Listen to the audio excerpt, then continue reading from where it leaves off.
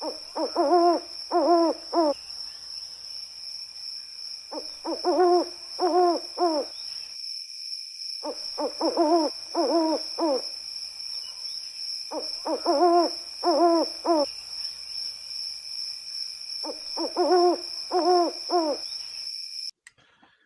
we're back because the guys wanted me to come on late. So we're doing a late night wrap up of NBA free agency for day one for the Lakers. It is the Lakers Fast Break Podcast. Truly appreciate you joining us. Hopefully you are still awake. I know a lot of us are or wanted to sleep. Yeah, I know. JSJ, I don't know. I can't explain it. Rob is at it again. It is, of course, Gerald Glassford right here at the Lakers Fast Break. Truly appreciate you joining us. Joe's coming on here in a few minutes. I heard even Sean might be coming on late at night. Make sure you go ahead and like and subscribe. Get those latest notifications on when we go live on the air with the latest Lakers Fast Break podcast. I wasn't even trying to come on. I wasn't even thinking to come on. But the guy said, we need to do a show. And I was like, why? Because. Why? Because. Why? Well, I'm here for tonight to go ahead and talk about the Lakers, okay? And late night, Lakers Fast Break, JSJ said, why do we sign LaRavia for part of the MLE SMH? I agree. Chris, no good signings, really? No. Now, mind you, they may be waiting for DeAndre Ayton, who clears waivers on Wednesday. But then again, Golden State might also be thinking that same team or other teams that need a center. So there may be a little bit of a bidding war that takes place. JSJ said if we miss out on Ayton because of LaRavia, oh my gosh. And then the Jake LaRavia signing has not inspired a lot of you guys out there. Seeing the fact is that there were several signings. Gary Trent Jr., for example, right around the same skill level as Jake LaRavia. Some would say he's even better. And he signed for less with the Milwaukee Bucks just a couple hours later. So I don't know what to tell you guys. To me, it was truly disappointing. I think it was the fact that the Lakers, again, wanted to sign him early or sign someone early and make sure that was taken care of. But needless to say, the best thing you can say about LaRavia is even if he flakes out, as I said before, it's not an expensive contract. It's $6 million. It's 2 years, $12 million. It's $6 million. You can send him away, still have plenty of cap space for the summer of 2026. But then again, that's the problem. As Joe and Empire Jeff has been talking about the people who, like us, are very upset and frustrated that not much has been done during this free agency period and leading up to it with no trades or activity. He's been on right there at Empire Jeff TV on Twitter, telling you guys just to cool down and relax. But I think a lot of people are complaining out there because they feel that the Lakers, with the understanding and the words that were said by Rich Paul when LeBron James re-signed for 1 year, picked up the option for his year, $52.6 million, is that the Lakers have two different timelines. And they're certainly acting like they're two different timelines where they're not totally punting on the season, but they're not really going all in either. Which, again, as we talked about in the leading up to the days, I'm not going to change my stance. This team had a window open. I don't think OKC is a dominant team by any stretch of the imagination. Now, mind you, they have a lot of great pieces that they could go ahead and get even better with. But as of now, from what we saw, they are flawed. They do have flaws. And Houston sees this and is taking advantage of it. Denver sees this and is taking advantage of it and getting more flexible and doing things that they can do to help probably build up their bench and also save money in the long term as well with the trade for Cam Johnson. Minnesota, with the re-signing of both Naz Reid and Julius Randle, they see this as far as what they need to do. They think by loading up or bringing everyone back, that they can be a team that can supplant OKC the next time around. These teams all think they have a shot against OKC. And then the East, Atlanta, Orlando, these teams think, hey, things can go our way. Jason Tatum got hurt. He's out. Boston's pretty much has to retool and call it a season for now. So with that, they feel they can retool and get better themselves and see what they can do at the East. Because all it takes is an SGA injury or a Jalen Williams injury right now, if they keep the status quo in OKC, for it to be problematic for OKC in the long run. But Frank, again, great to have you here, my friend. I hope all is well with you. Good to always see you in the chat when I see you in the chat. I'm just going to say that, again, OKC is a team with a lot of flaws, especially in the half court. And they're dependent on two people. And all it takes is one of those two individuals for them to go ahead and really have a hard time advancing in the playoffs. And Houston recognizes, so they're loading up. Denver, some moves. And then also as well, of course, like I talked about with some of the other teams. But the Lakers, again, Empire Jeff says just to relax. Joe says it's all going to be handled accordingly later this year. But the problem is, Joe, are the Lakers punting this season? No. They're not punting. They wouldn't be going after DeAndre Ayton if they were punting. And they're going to wait for this thing to clear so there isn't any pussy-ass bitches in the league that are going to complain about tampering by the Lakers. So they're playing it closer to the chest. That Jake LaRavia signing is not doing us any favors. It's not inspiring anyone. Well, okay, maybe the hacked stuff that we were commenting and laughing about leading up to it. That was the most interesting part of the day, was the hacked tweets that you guys were sending around. I'll just leave it at that. But Jake LaRavia doesn't inspire a lot of people, especially the fact that several other players, Joe, with the skill level in and around Jake LaRavia, were signed for at or less with other teams. So, well, the first advice I'd give to any celebrity is to eliminate X/Twitter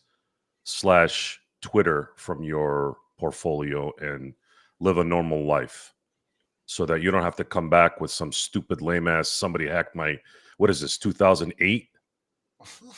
Seriously, I got hacked.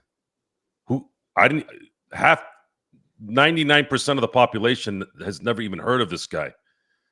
Who's going to go hack his shit and blame him for looking at some picture of some whatever? I would have deleted that account so fast you wouldn't even know it existed. But he's psyched and happy to come to LA. He said, "Let's go, LFG. Let's go." Yes, that was one of his other tweets on Instagram. Let's go where? Yeah, I know.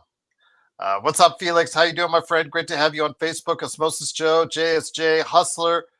This is why you needed to get on. There's already 45 people in the room. That's why you needed to get on.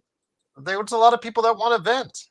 JJ Reddick's assistant is even here. So shout out to him. I love these names that they give, these profile names. So funny. So funny. But Frank, so is next year a gap year for the Lakers? No. DeAndre Ayton does not make it a championship winning year, Joe. Not just DeAndre Ayton. I mean, you have to build more than just a DeAndre Ayton. So is next year a gap year for the Lakers? No. You have a budding potential MVP that's in shape and ready to go. Finally has an extended offseason where he can actually rest and focus and have a training camp and preseason games with his new team. LeBron is going to do what LeBron does. Luckily for Laker fans, this is the last year we have to hear this bullshit from his lackey or cronies that are around him. Felix wants to know what's up with AR-15 declining. I know you haven't been here in a couple of days, but pretty much what we spelled out is the fact that this was very much expected, Felix, because as I've said, leading up to it, he's going to decline. He was going to decline any offer that was made by the Lakers, in this case was 4 years, $89.5 million, is because if he starts next season, gets another 25-5, he'll be a free agent in the summer of 2026, and his representatives, I'm sure, will be asking for much more than that. I'm assuming well over $100 million. I'm assuming probably starting around the $30 million range is what they'll be asking for. Whether or not he gets it, we'll wait and see. But this is one of the reasons why I wanted Austin Reeves being highly considered in a trade, is because the fact that there is now the possibility we could lose him. There's still plenty of time. There's a summer. There's always the months leading up to the trade deadline. But people are getting upset because they think that we've lost DFS for because there's been no sign and trade as of yet. Been no adjustments made by Houston because they want to sign both DFS and Capella, and may need to do a sign and trade to do it. So if that's the case, there is a possibility, strong possibility, we may lose DFS for nothing after we spent whatever salary D'Angelo Russell was in 3 second rounders. But if that's the case, I don't want to see that happen again with losing Reeves and or Rui for nothing next summer, Joe. Who's going to give you a player that's better than the two and not have him 2 or 3 or 4 years in a contract? That's the question you need to ask yourself. Is there a disgruntled? Is there a disgruntled player out there? I'm not saying Giannis is disgruntled. He doesn't look disgruntled. I think he's biding his time to see what's going to happen with Milwaukee in terms of contention. Is there a star out there that is better than Austin and Rui to where and isn't on a contract that's going to be 2 or 3 years, because the Lakers want to keep things open next summer and it's summer of 2027 when the real ownership comes in so that they can actually work? That's the question you need to ask yourself. And coming on here, for the new people who are coming on here, and you just start a sentence with, "Oh, this sucks." You're not doing yourself any favors. This isn't Twitter. This show is not Twitter or X or any of those douchebag social media sites. Come with something that makes sense instead of LeBron sucks, Luka sucks at defense. Oh, no shit. No shit. He sucks on defense. Okay, great. Good to know. So how are they going to work around this? Bring something to the table. Don't be like the guys that are getting paid to be a bunch of fucking liars and douchebags about basketball, sitting there telling me this Arabian guy, I'm just calling him an Arabian guy because it's easy to say, is all of a sudden going to be this guy that's going to do something. And I'm in shock when I heard that. I was like, I barely know this player. Barely. And then when you look at his actual statistics, he's one of the worst defenders in the league. Yet there's somebody out there that's a reputable guy saying that this guy's got tenacious defense. Tenacious. He didn't even say he can play a little defense. Tenacious D. I thought he was talking about the band. Like, what the hell is he talking about? What does this have to do with Jack Black? I did want to mention, though, that, when it comes to Jake LaRavia, there was a reason why he was traded from Memphis to Sacramento, and that Sacramento did literally next to nothing to try and retain him. I understand the Lakers are trying to clear cap space for 26 and 27, but, man, that window's open. The window's open now, and the Lakers are just seem to be finding themselves, facing that the window is open, but they seem to be just taking a step back, a little bit farther, a little bit farther, a little bit farther. And I don't think DeAndre Ayton just bridges that gap all by himself. That's the problem. I just don't think that what I see from Rob Pelinka is a plan that's ready for action now, regardless if it's LeBron's time frame or not. And we'll get into LeBron here in a minute, because he has been the source of much conversation all over YouTube. I know you don't like Twitter, so I'm going to say YouTube. But right now, Joe, it just seems like, the plan from Rob Pelinka is get what you can. But like you said before, pretty much stay pat. No, I don't believe that's what it is. I believe that you gotta wait. We gotta wait till Wednesday to see how this plays out. There's rules you have to follow. Otherwise, I told you, you already got a bunch of hacks in the NBA that are gonna start whining and bitching if the Lakers were making a report that they already have DeAndre Ayton. That's why there's nothing that's coming out. DeAndre Ayton knows where he's going. There's no way he makes that deal. This isn't a 35-year-old player who's trying to go play for a winner on his last leg. DeAndre Ayton is going to go somewhere so he can showcase himself, so he can get a $120 million deal next summer. Why couldn't he do that in Golden State? Just simply because the fact Draymond He Green is could, there? he could, but he's not going to be able to do.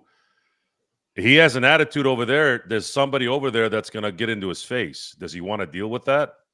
Mm-hmm. And is that team really conducive to his skill set? It's a perimeter shooting team. It's not a distributing. He doesn't have distributors on that team. I mean, I know people have this delusion that Steph Curry is one of the best point guards ever. He's not a point guard in the traditional sense. A true point guard is someone who, in my history of watching basketball, is a distributor, a true point guard. Steph Curry should be called an HG, a hybrid guard. You could say he's one of the. He pioneered it. He wasn't the first one. There's been guys like that. Mahmoud Abdul-Rauf was somewhat kind of the same way back in the day before it was in style to shoot the way Steph shoots now and the way the league shoots now. But Steph is not a shooting guard and he's not a point guard. He is a hybrid guard. And he's not going to create an offense that's going to enhance DeAndre Ayton's skill set. DeAndre Ayton will be the guy that's waiting for the ball to get to the rim to rebound. And he can rebound. He's a double-digit rebounder guy. But he's going to want opportunities to drop 20 and 10 more. And he'll get that better in L.A. And the L.A. stage is still bigger than Golden State, no matter what's going on over there. Once again, it is the late night with the Lakers. Yeah, he's not going to the Pistons. That's not going to happen. That is Gerald Glassford along with Joe Soro. Appreciate the super chat as always from Intel Wild. He says we are so screwed, for lack of a better term. We're not screwed, guys. You guys gotta open your ears and close your mouths and watch. No, again, I'm not going to do that because, again, the window is now. By the time the Lakers could be ready, by the time Mark Walter takes over the team, by the time Rob is out of there and they put real personnel in there, Boston Celtics might have reloaded. No. There are other teams out there that might be substantially better than the Lakers. So it makes that job a lot harder.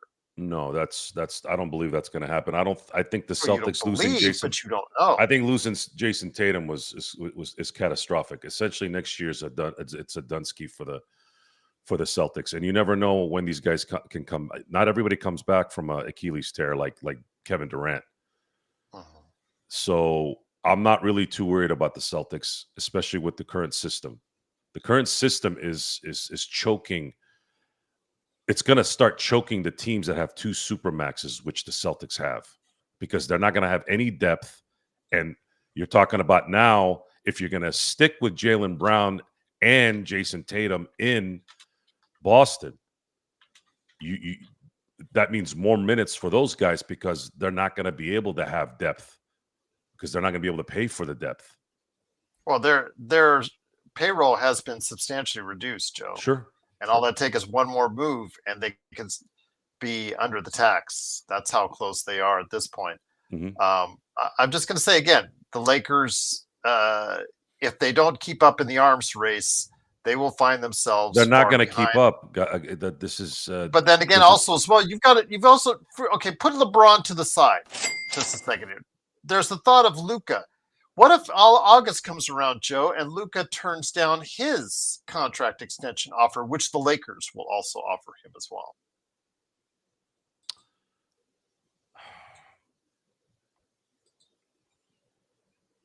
LeBron James is playing one more season.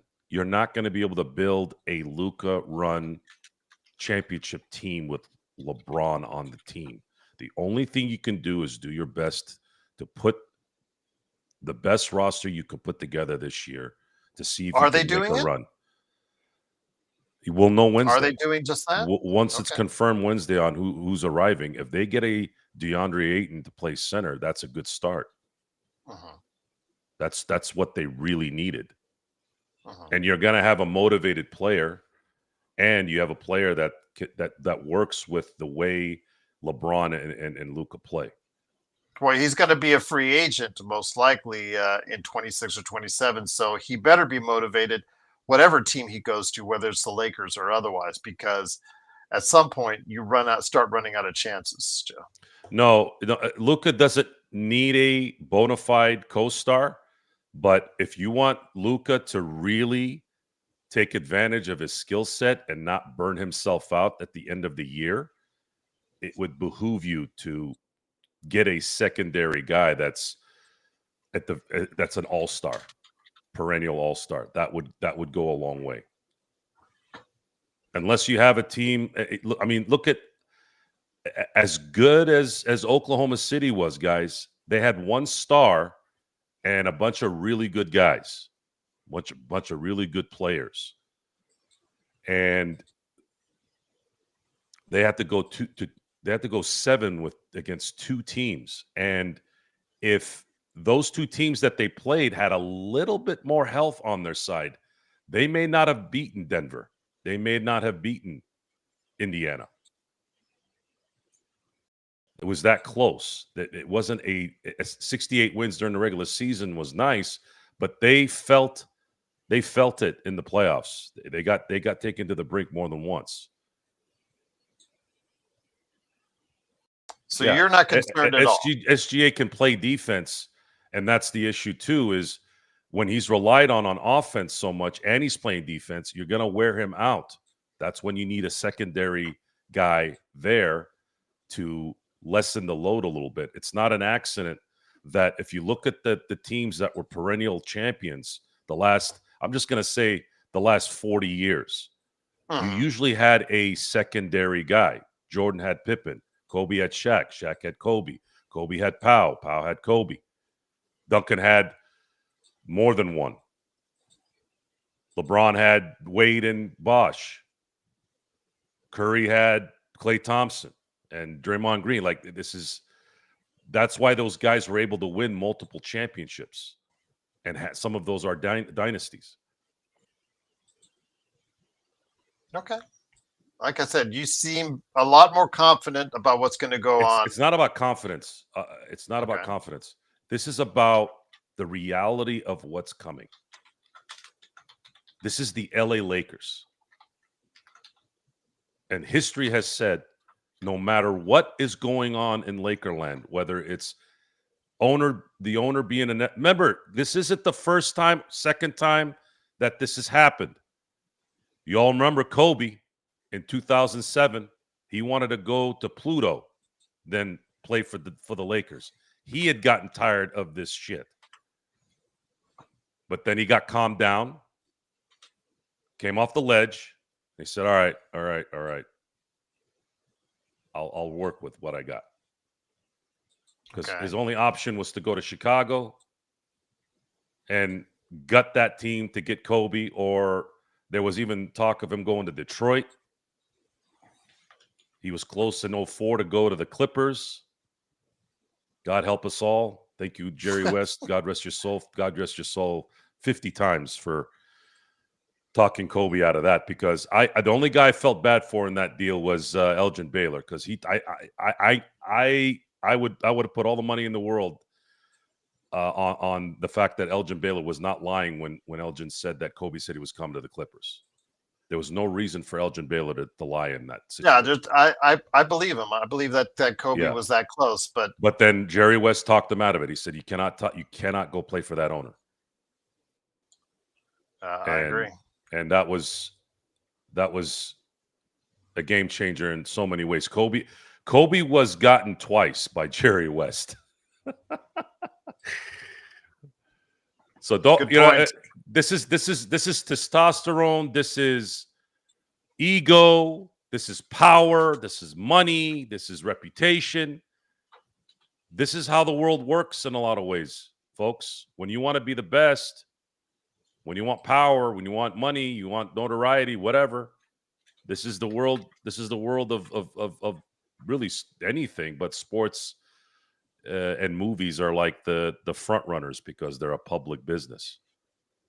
Let me ask you this. Of course, there's the passive aggressive words in the statement that Rich Paul gave when LeBron opted into his contract. I want to ask you this. We talked about earlier today, you were like 0 and less than 0, but it's all over the internet.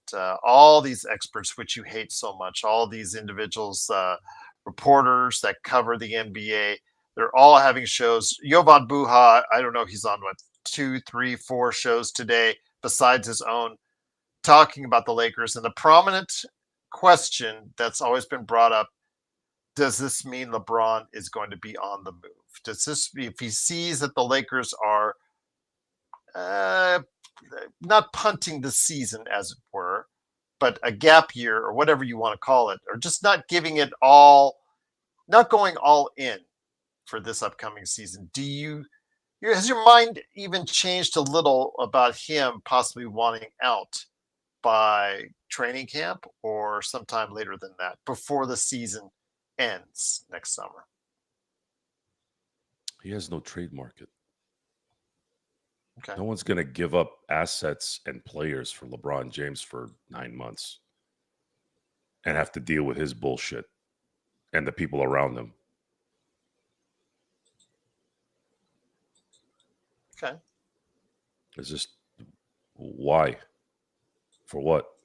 Why? So that he can package his son over there, so they can have daddy daycare over there. I mean, if any coherent, first of all, he's not going to go anywhere where they would take him just for publicity reasons and to sell jerseys, right? Let's say Washington has some room, right? He's not going to go to Washington. He's not going to clear up the trade clause, the no trade clause for Washington. So what? He's going to go to a contender. He's going to go to back to Miami. He likes his cookies too much. He's not going to go back to Miami. So I don't care. I don't really care about anything revolving LeBron James other than when he's playing between the two hoops. Everything outside LeBron, besides the court, is absolutely useless. It means nothing to me. Rich Paul means nothing to me. Maverick Carter means nothing to me. Clutch Sports means absolutely nothing to me. I'm a Laker fan. I want the Lakers to do well. I don't give a shit about anything else. Rumors, this or that, whatever it is, doesn't matter. You want to go get traded somewhere? Good riddance. Thank you for the title. Thank you for getting us out of the Rob Sacre era. But everything comes to an end. So stop talking about you need to appreciate LeBron James more. What do we need to appreciate? What do we need to appreciate? He got paid how much money since 2018? Being a Laker?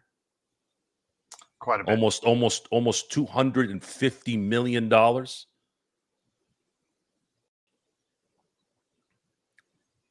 What do you mean I got to appreciate shit? I don't have to appreciate anything. He already got paid to do what he did. He should be appreciating us for making that money for him, for buying his bullshit jerseys and paying for tickets to go to the games. We're the motherfuckers that paid for that shit, whether it's through our eyes or literally from our money.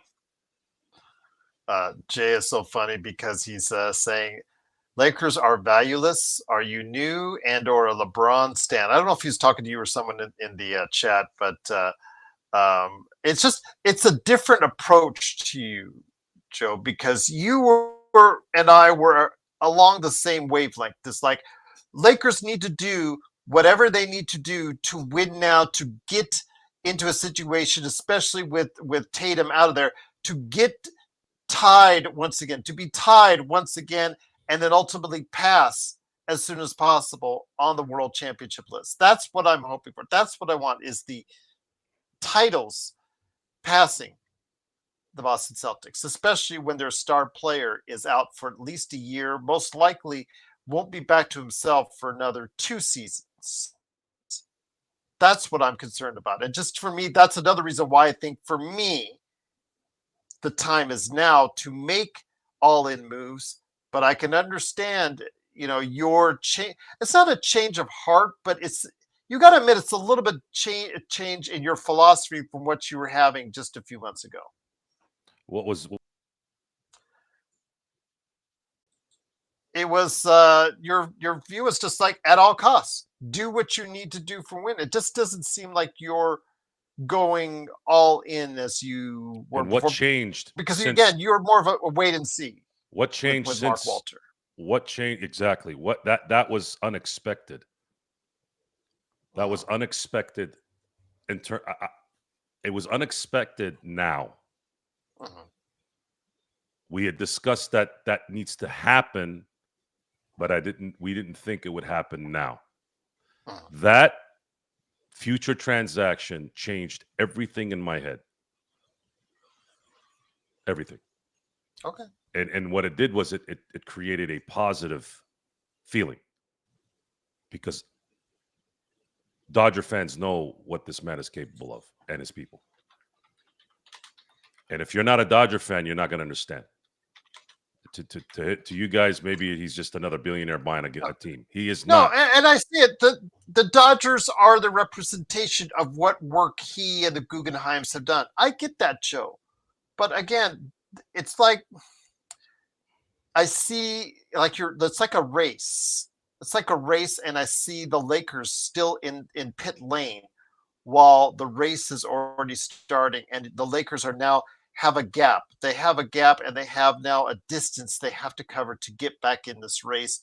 And I just don't think they're coming fully equipped with it when they have the opportunity to do so before Mark Walter comes in there. Because again, the future of Rob Pelinka may count on it, because if you $12 billion, he buys it for $10 to $12 billion, depending on the valuation of it at the time that it gets approved later this year.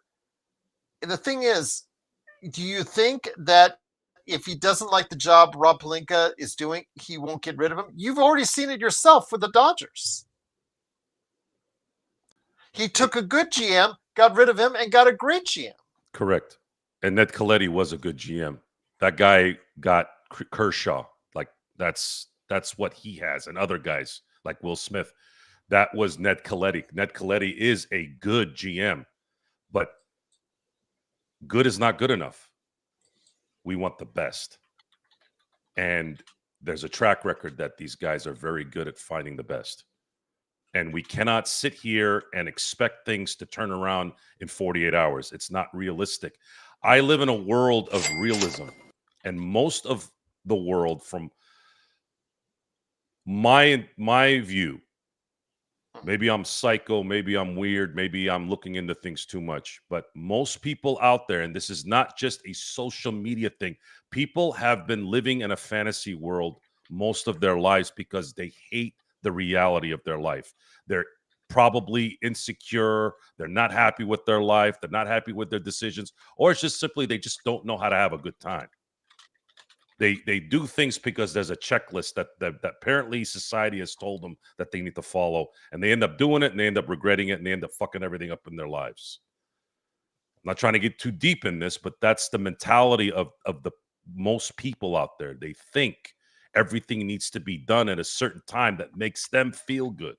No, that's not what's going to happen here. If you're upset at what the roster looks like because you've had Jeannie and Rob at the helm, well, You got to wait a little longer until the damn ink dries so that the new people come in. I'm not going to sit here and continue to whine and bitch about how they do business when I know for a fact that this is all going to change. You don't think Jeannie knows that they're inept?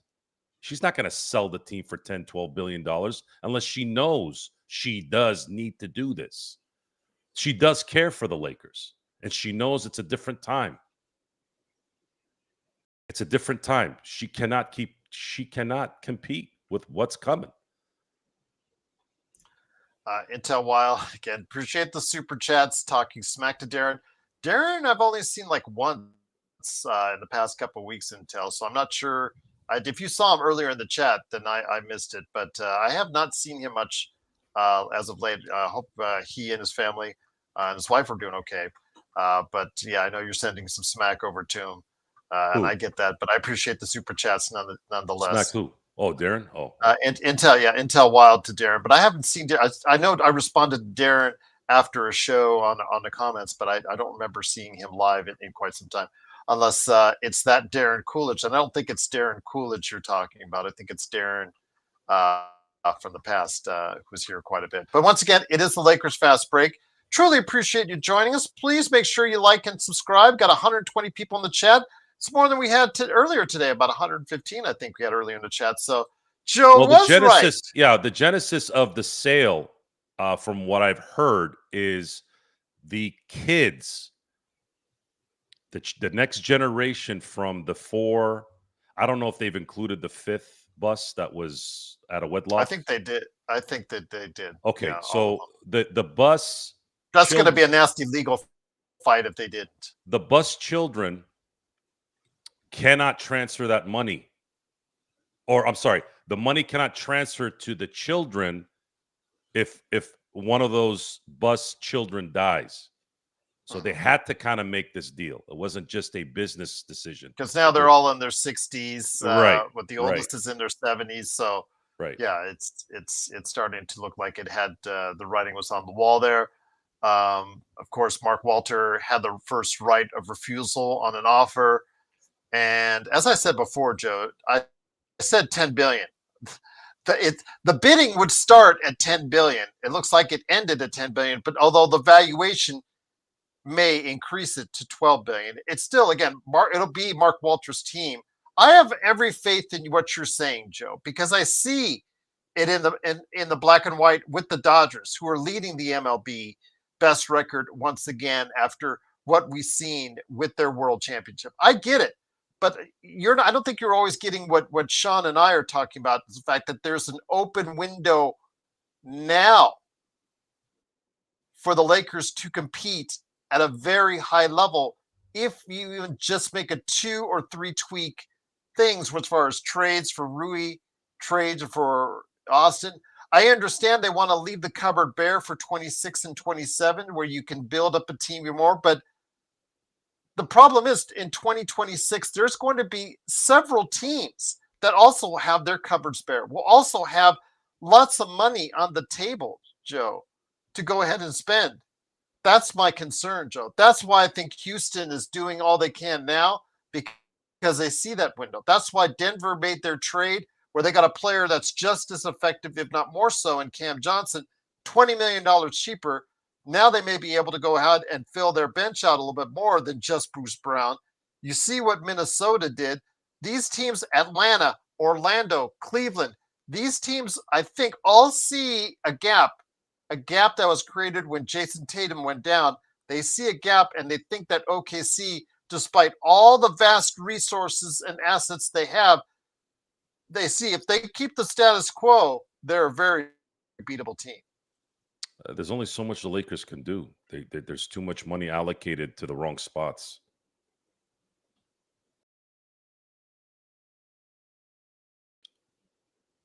That there's no other way to look at it, and most of it is going to LeBron. You have a player who is collecting 52 million plus that can't really play consistent defense throughout the year.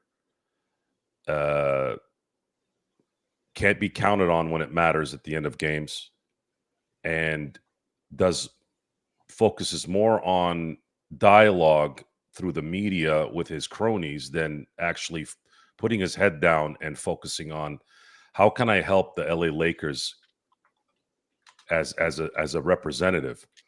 Maybe not as a front office guy to make decisions, but hey, what can I do? Can I go recruit DeAndre Ayton? How come Trae Young was talking to Nah and who else signed with? Well, I'll give you an example, Joe. Who else signed Jordan with Atlanta? Clarkson. My brain just forgot. It was Nah. Well, Who else? who signed? Who's it with Atlanta? Yeah. Yeah. Let me go ahead and I'll look that up. As far as you're right. So the word came out that Trae was heavily recruiting which is Alexander Walker, huh? That isn't illegal, though. I mean, these players talked amongst themselves.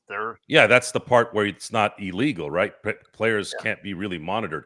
So he was out recruiting. He was doing his thing. Instead, we hear about LeBron James and how his stupid ass assistant is talking about other shit. Because this guy is Kennard. That's it. Thank you, Eric. Yes, Luke Kennard for 2 years. He's out there. 11 he's million. out there. Right. And Atlanta, they know. They're like, hey man, we need to take advantage of this little alleyway here. Indiana's probably toast without Halliburton. Celtics are toast Celtics are toast if Tatum isn't there. He's not going to be right at the end of the year. It's not going to work. So this is your chance. This is your chance to, and it shows that Trae Young is tired of losing too. Hey man, I'm gonna go get Kennard. I'm gonna go get let's go after this. Let's do this. No, we have to hear about Rich Paul and how he's talking about some LeBron thing about championships and trades or whatever the hell it is he's saying. It's just this act has been tired for a while. It really is. It's just it's tiring. It's tired. LeBron James and his atmosphere is burnt, and that ultimately is the issue here for this season. You have one of your guys making too much money to allow you to really allow the roster to kind of even out in terms of skill set. And then you have a good player who is going to want max money. Max money belongs to perennial all-stars, not a good player. You're gonna ruin your team. You're gonna pay it when you pay top dollar for a good quarterback. I've used this example a few times. You're never gonna win. You're gonna be the Dallas Cowboys and Dak Prescott. You're gonna be the Minnesota Vikings with Kirk Cousins. You're never gonna win. You'll have winning games. You'll be competitive, but you're never gonna be a perennial title contender. Bloodhound, always great to have you here, my friend. If I didn't say that already, always great to have you here. I know you were here earlier. Truly appreciate all that you provide the chat. Once again, just wanted to go ahead and give you a shout out. Thameless, always great to have you here as well. Everybody, cannot thank you enough for staying with us late at night. It's about midnight. The first day, the first 9 hours of NBA free agency is done. After which, the first 9 hours, which was the most impactful so far, who do you think made the biggest impression on you as far as taking a step up in the standings? Houston? So you think that the DFS and Clint Capella? I think getting Durant for practically nothing was a game changer for them. The only issue with Durant, and this has been an issue even in Golden State when he was winning, and that's why I have to hold judgment on how this is going to turn out. Every team, no matter how talented they are, always has a bump in the road in an 82-game season. They always have a bump in the road in the playoffs. So I'll give you an example. The greatest duo of this century is Kobe and Shaq. Even they had to go through a 7-game series where they almost lost to Portland and a 7-game series that they barely beat the Kings. And these are the baddest motherfuckers in the game in their primes. So if you think that Durant and Houston aren't going to run into a adversity at some point, then you haven't watched basketball well enough. And and when that happens, I'm going to be looking at Kevin Durant because all the other young guys are going to be looking to the two-time Finals MVP. Is he going to fold like one-ply toilet paper and whine and bitch and go make a bunch of burner accounts and yell at the world? Or is he going to sack up and say, I have to get this thing done in Houston so that I can go back once I get to the Hall of Fame and say, hey, I helped Golden State beat Cleveland after they beat them, right? He can kind of say that a little bit. And then when I went to Houston with the right team, I went ahead and won even after an Achilles tear. You got to wait and see. Atlanta, because they're in the East, I think they're going to have a chance to probably get to a conference final. And if things fall their way with injuries on the opposing team, there could be a chance where they could make a run. Hell, we didn't think Indiana was going to go to the finals, right? They didn't really have any superstars. And Atlanta actually does have a superstar. Trae Young is a superstar. He is Curry light when Curry was in his prime. Yeah. We have to wait and see how they deal with we have to see how they deal with it. But they've put themselves on paper, Houston, as a real threat in the West. Now, can they handle the pressure? See, when you're not the hunted, it's easy. You fly under the radar. No one knows who. General audience doesn't know who the hell Fred Van Fleet is. They still don't know who he is, even though he's a champion in Toronto.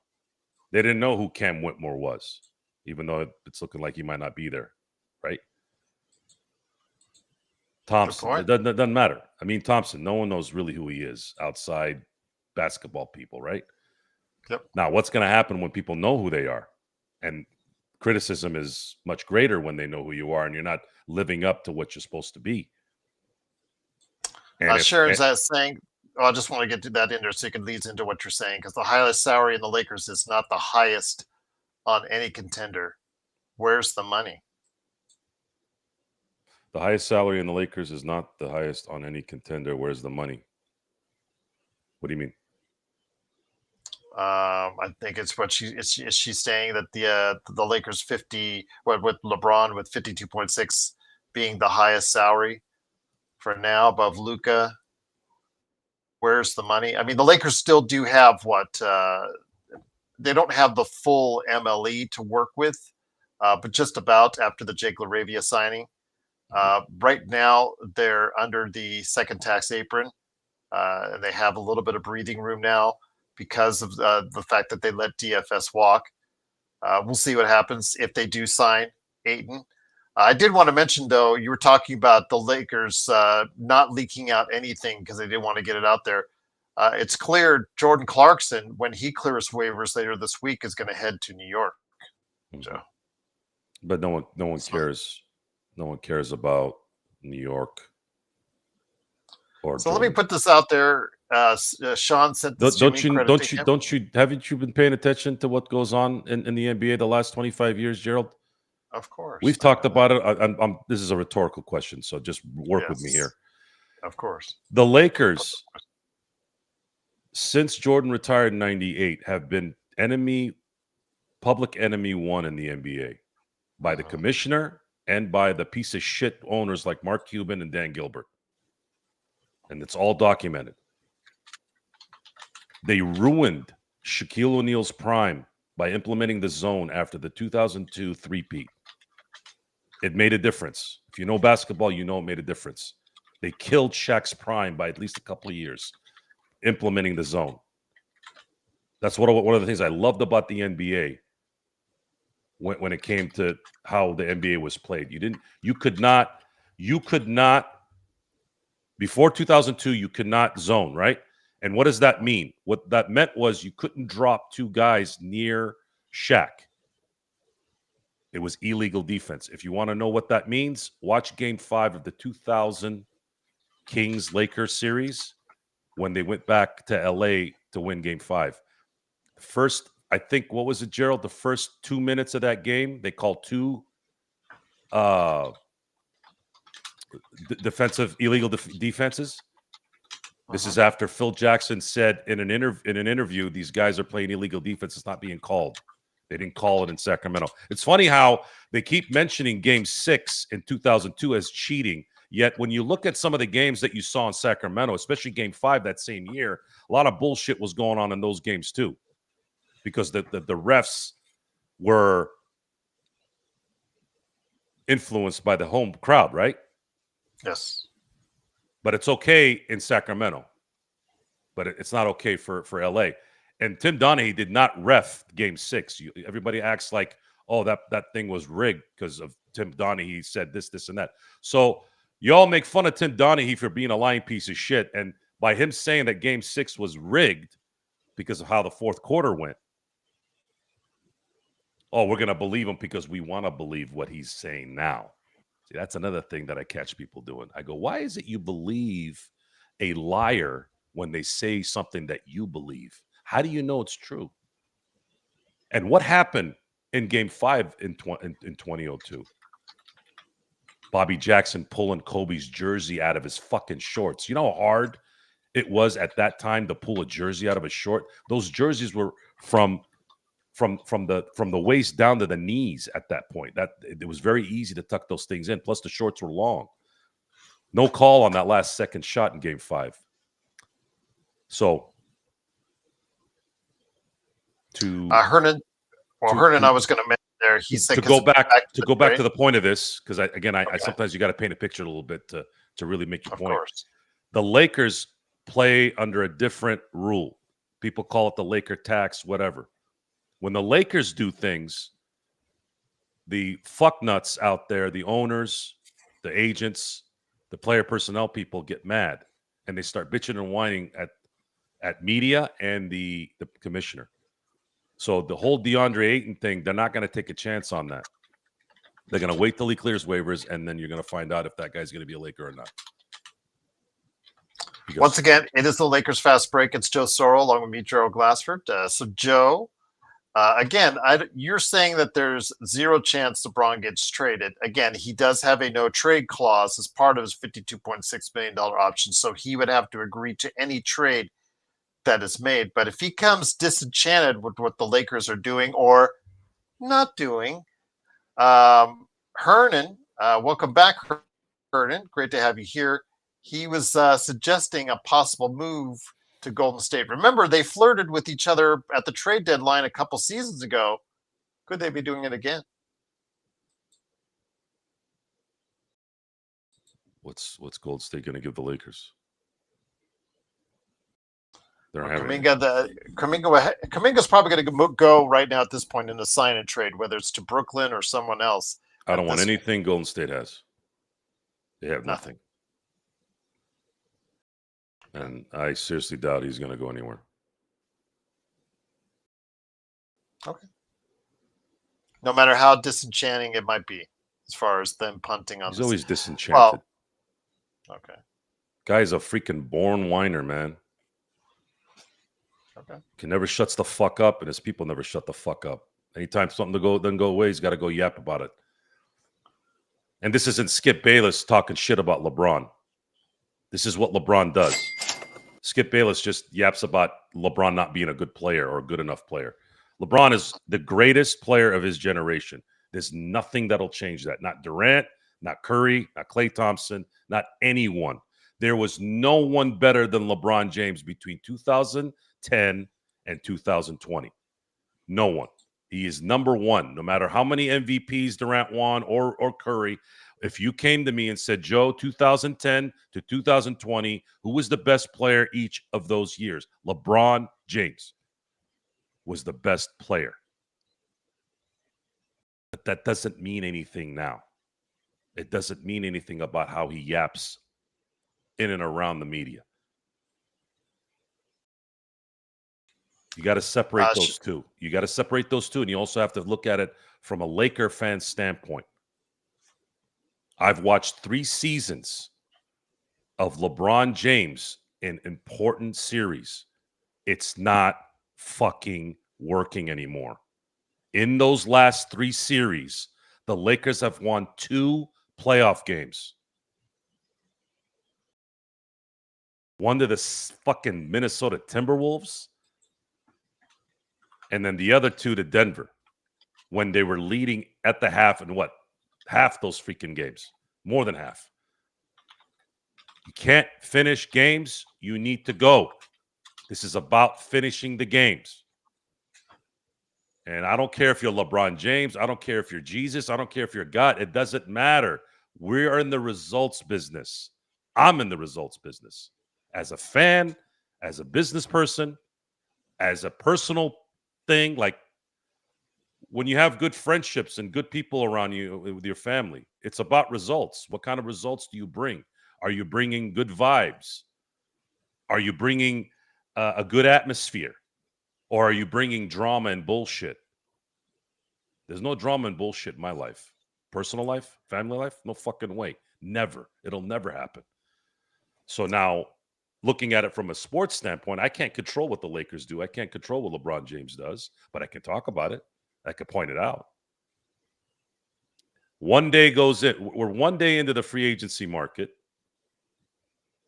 and we got to hear about LeBron and his fucking cronies. You couldn't have just waited at least till Wednesday to see how this plays out. Maybe DeAndre Ayton maybe he does go to Milwaukee. And then at that point, you could talk shit. But then why would you talk shit? This is your team. You just picked up your $52.5 million contract. I didn't do that. You did that. Why didn't you take less money? Why didn't you opt out and say, hey, I'll take the $5 million a year deal. Go get me some players. Let me see if I can win a title one more year. No, you didn't do that. You wanted your money. I'm not faulting you for it. But don't sit there and bitch and whine that you want. Oh, and the other thing is, you assholes voted for this new collective bargaining agreement. You're part of that. That's why this shit ain't going quick. First aprons, second aprons. The second apron basically being a pseudo hard cap. I didn't vote for this. I had no vote in this. Y'all didn't even wait a second and you signed the fucking papers. Because you wanted your money. And then you'll bitch later. I hate when people do shit like that. That's the shit that pisses me off. And that's the shit no one talks about. You sit there and you bitch and whine about shit not going your way, yet you signed the fucking papers to create the scenario. You signed it. I didn't sign it. You signed it more than once. You should have been the guy. You are still the face of the NBA. LeBron James is still the face of the NBA. Where was he representing the player association to say, wait a minute, I don't want to be involved in this deal? What is this deal? Oh, that's right. You didn't want to do a work stoppage. You didn't want to lose your money. But then as soon as you get your money, then you can bitch and whine. Okay. I see the logic there. For that intel, you wanted to go ahead and have us stay till 1:15. I'm going to be on here till 1:15 for you, my friend. Truly appreciate the kind gesture and the super chat.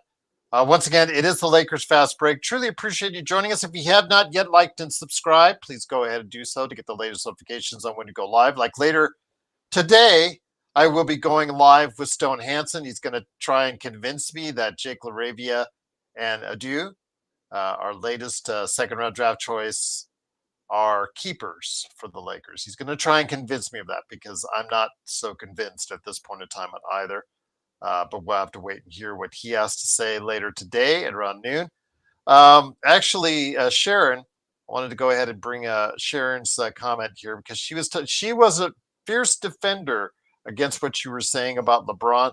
And you're not a LeBron hater or LeBron supporter. You're just someone that tries to call out what LeBron does. And the passive aggressiveness, I think, as I've told Sharon and I've told everyone out there, it's weighed on me as well. And I can't fight Joe as much as I used to on LeBron because it gets so tiring.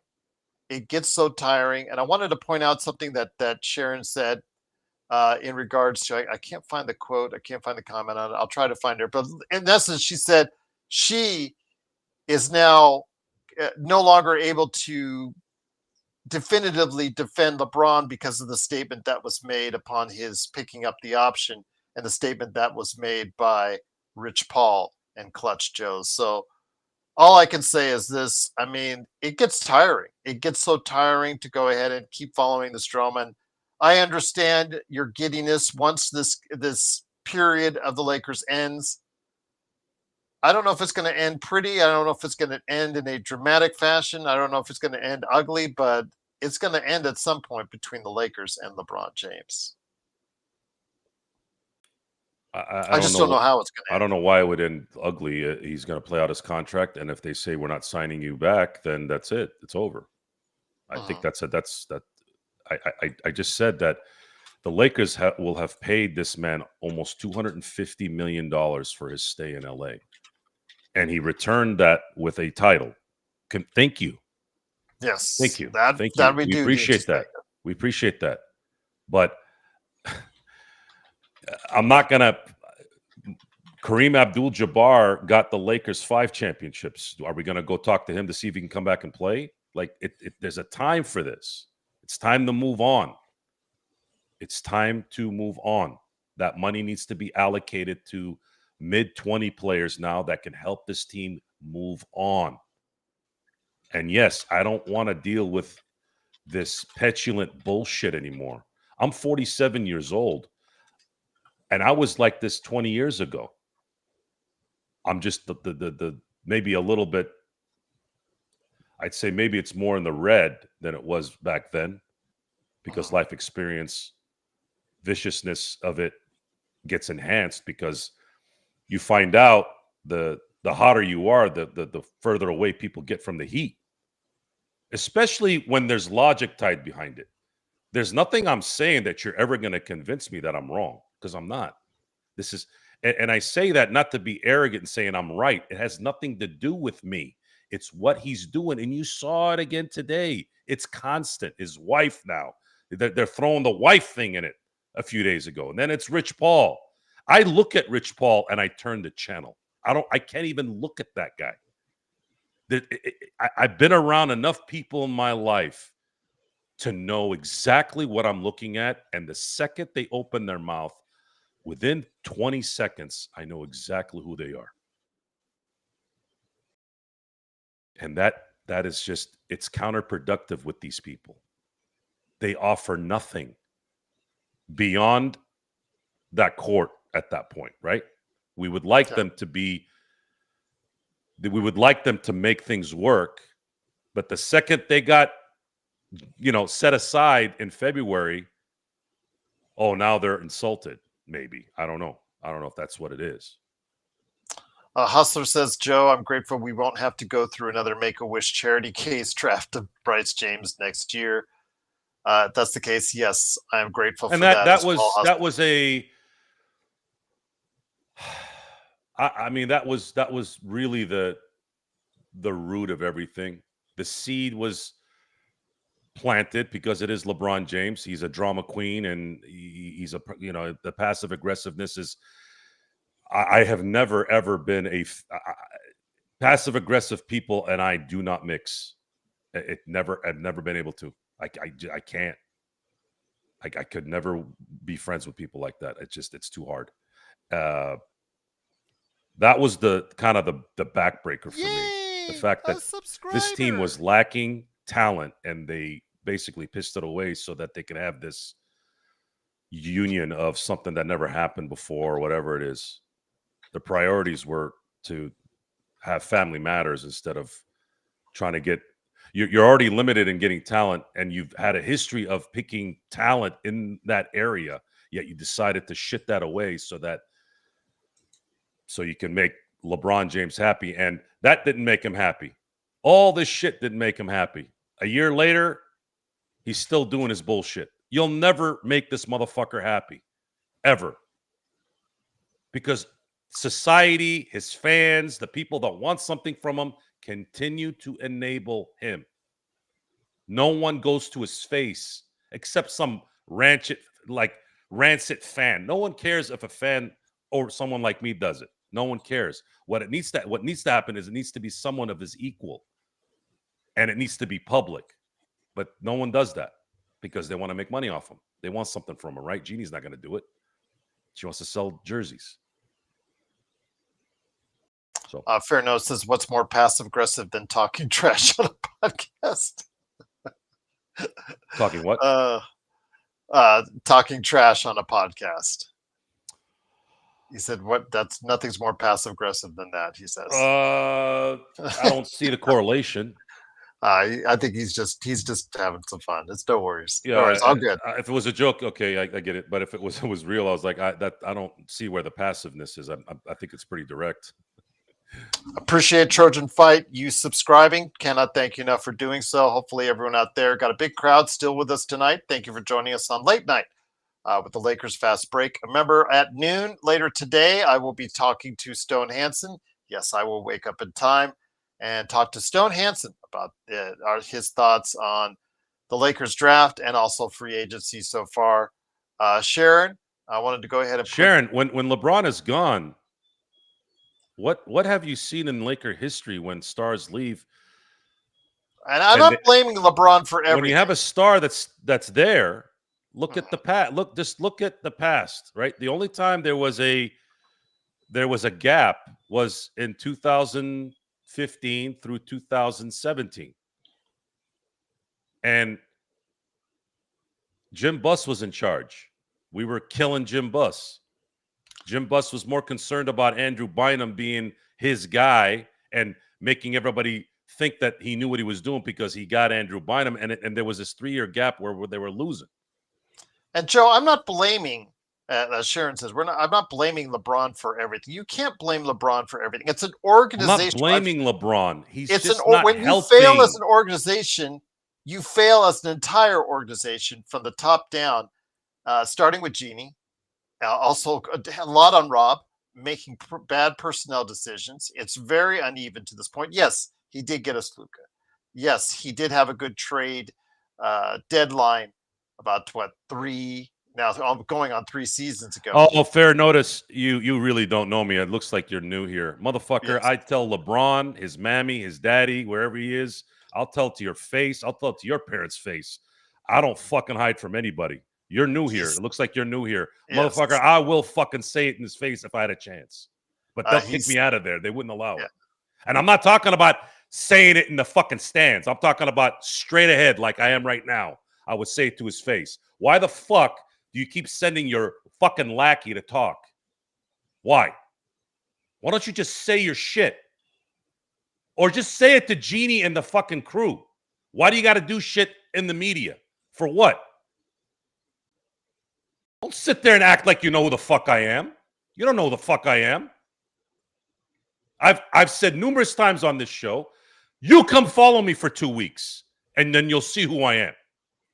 I don't hide from anyone. I don't give a fuck if it's LeBron James. I don't care if it's the fucking Queen of fucking England. I don't give a fuck who it is. The Pope? No one. No one. I don't give a shit who it is. She's sitting there telling me Joe versus the Pope. To his face. What am I going to be afraid of LeBron James? For what? What's he going to do? Act like he sprained his ankle in front of me while I yell at him? Joe is about 6'3", 260. I'm down to 275. Okay, 275. Yeah. So yeah, he's not as tall as LeBron, but he's Joe's. I've seen Joe in person. I'm not trying to be a tough look. I'm not trying to be a tough guy. This is who I am. I am passionate about my team. I love my team. And I've yelled at family members. I've yelled at friends.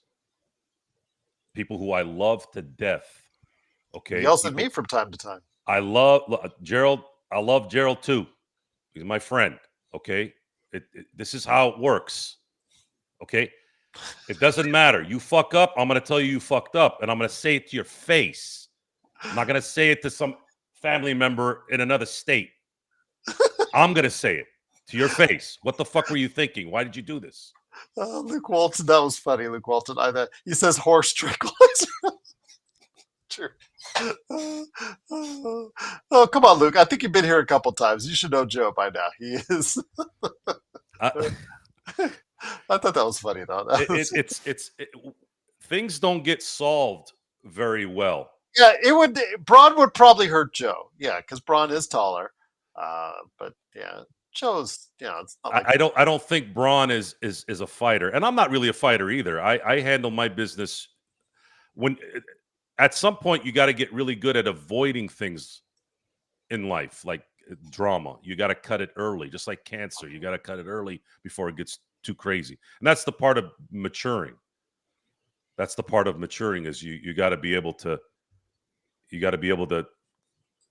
not be around people that you don't want to be around at the beginning, not when it's too late and then they've created issues. Yeah, this is sports. This is something I can't control. I can't control Genie and how they handle business. If it was my team that I was running things, I wouldn't allow it. I don't mind a little drama. I don't mind a little attitude. You can't fight that. You can't go into. Sometimes you're gonna have a Joe Burrow type, right? A guy that's gonna kind of have a little bit of an image, a little bit of piss and vinegar, right? But the results are there, right? All right, bring me the results. LeBron, if LeBron was winning a little bit more and wanted to be the way he was, maybe I'd be a little bit more tolerant of his bullshit. I would say fair notice. He says, "You're not a fighter." Sounds passive aggressive. I thought that was funny. Touche, touche. Fair. Fighting. Here's why fighting is bad. Fighting doesn't, unless you're a competitive fighter. Fighting doesn't do anything for you. If I end up punching somebody and they end up hitting the ground and cracking their skull, now I'm going to get sued. And now I got to deal with that. Or I break my hand, then I got to deal with that. I can't afford to break my hands. I'm a working man. I move shit around a lot, even though, I'm also in the office and making things happen verbally. But no, I still move around. I still use my body to do things. It's the way. It's how you stay kind of into what you're doing.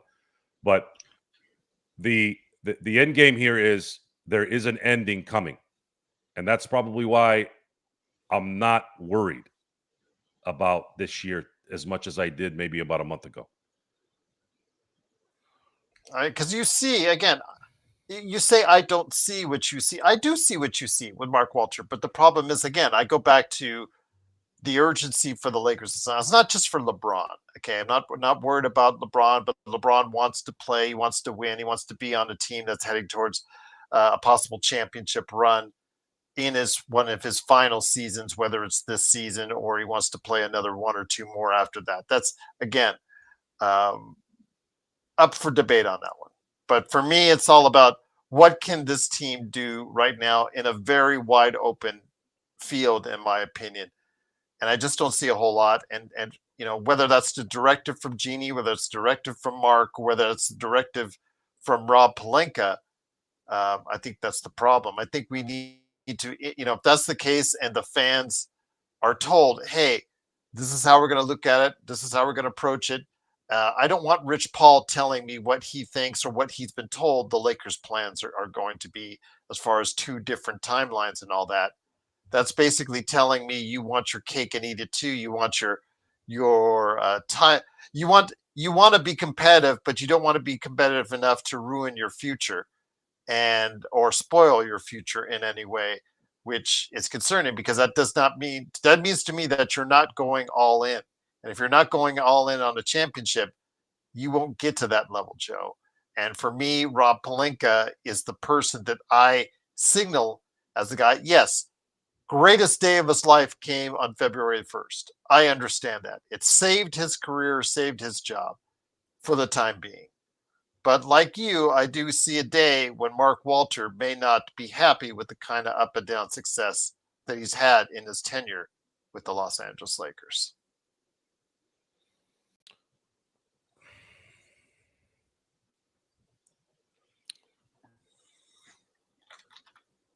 Genie and the current leadership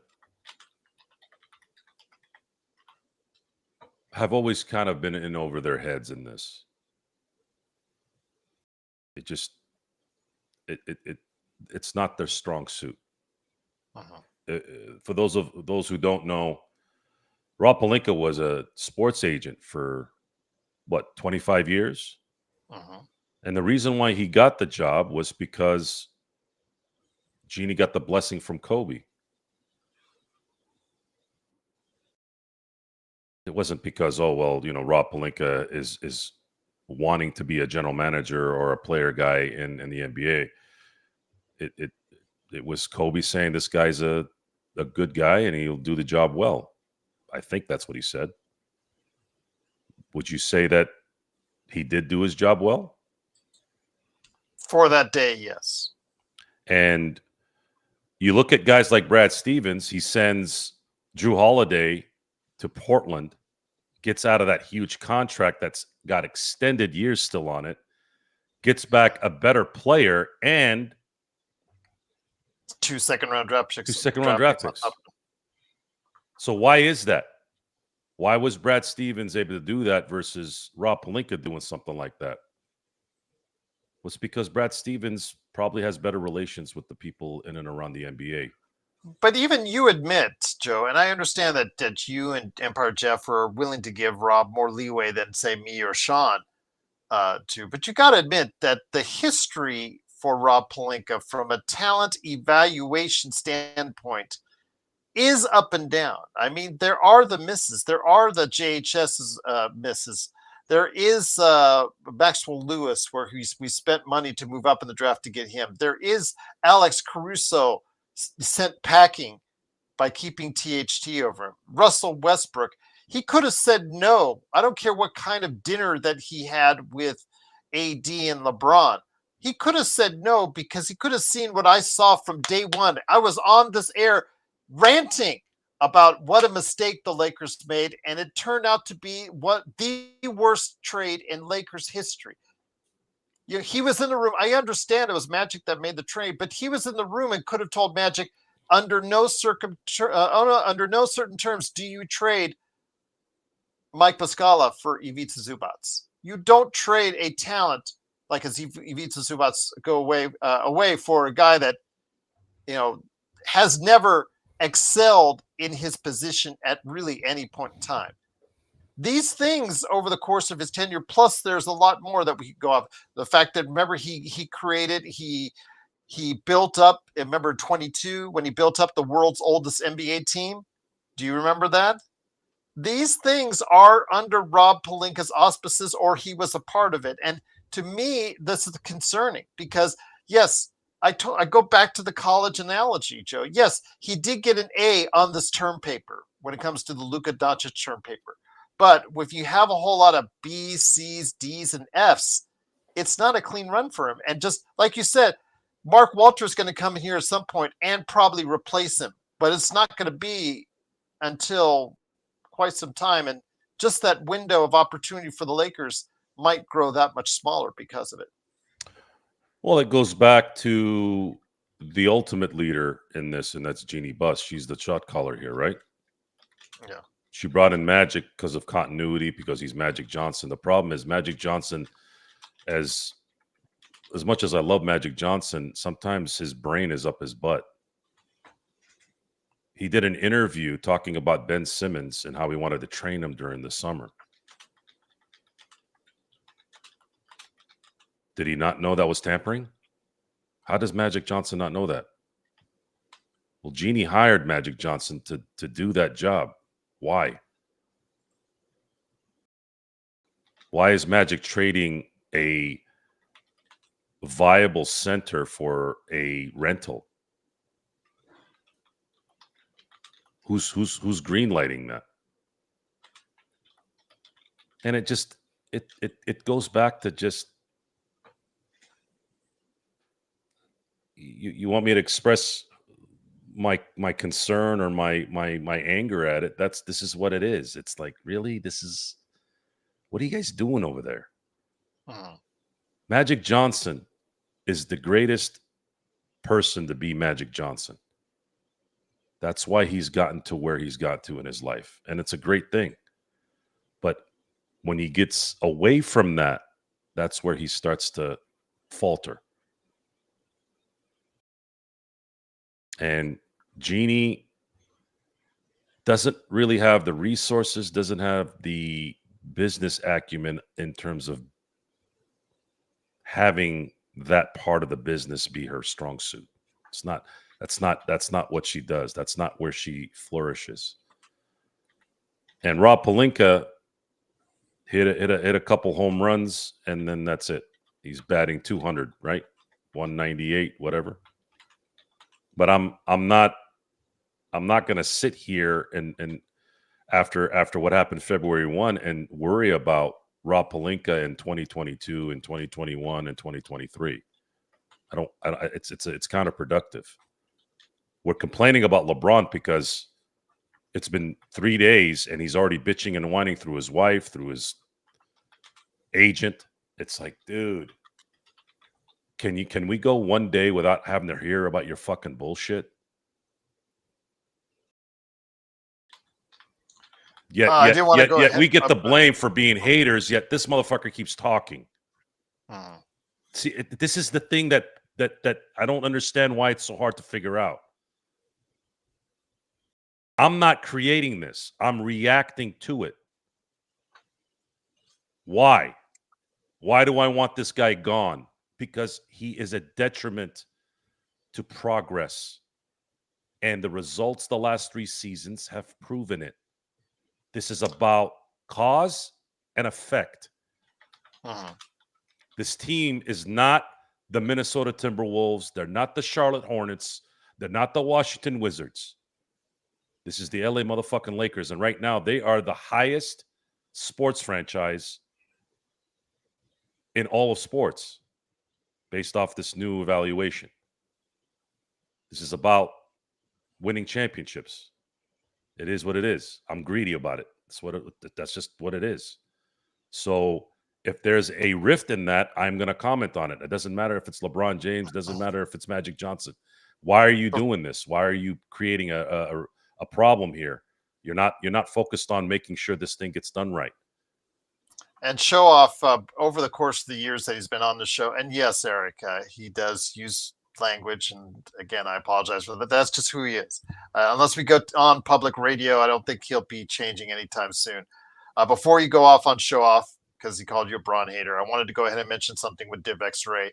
I had an excellent question. If you're Luka Doncic in August and the Lakers put that paper in front of you as far as with a contract extension offer, why would you want to go ahead and sign it? Why wouldn't he? Yeah.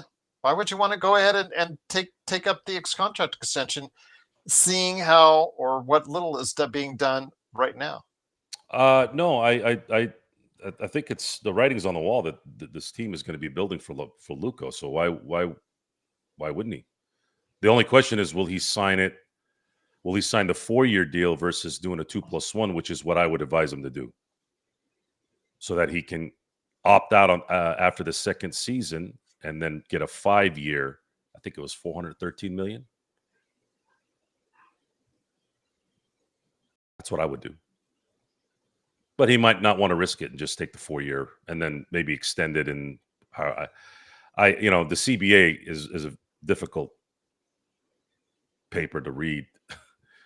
Well, he's adding on to it. I mean, if the team does not sign Ayton, let's say he goes to Golden State, because again, they still have a gap where their big man is, and they may be looking to get him or someone else. If you are Luka's agent, are you telling him to sign long term? If so, why? I can tell. I know your answer already, but go ahead. This is his team, and reinforcements are coming. We're going to build a perennial for you, and show off. That's something my good friend Empire Jeff likes to talk about. Joe over the years has been called a Braun hater and a Braun. The championship or bust. How about we compete? Braun sexual, actually. How about we compete instead of getting swept? I'm not going to hate on the players if they're getting into the Western Conference Finals and they lose in 6 or lose in 7. I mean, there's a history of that. Lakers didn't win every championship during the Shaq Kobe era, or the Shaq or the Kobe Pau era. But y'all don't know that. You just see what you see now, and I understand it. I get it. You want to call me a LeBron hater? Call me a LeBron hater. I don't care. I could scream it until my face is blue, but I'm about the Lakers. I don't care about LeBron's legacy or his stats. And if that bothers you, then maybe you should get your priorities straight. Are you a Laker fan or are you a LeBron fan? Because there is a difference, and There's a there huge is a difference. segment of the population that is one or the other. I'm about winning. There's I'm also obsessed. there's also a population that hates him as well. I'm about winning. I can't. I'm a bad loser. I'm a really bad loser. I want to win. Whether it's my teams that I'm cheering for to win, whether it's in my own life, winning is something I'm addicted to. People are addicted to junk. People are addicted to alcohol. People are addicted to gambling. I'm addicted to winning.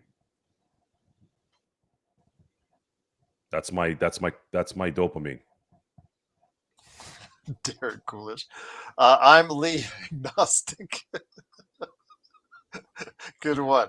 What happened? Good one, Darren. He saw I'm Lay agnostic. You know, LeBron agnostic. That's pretty good. That was pretty funny.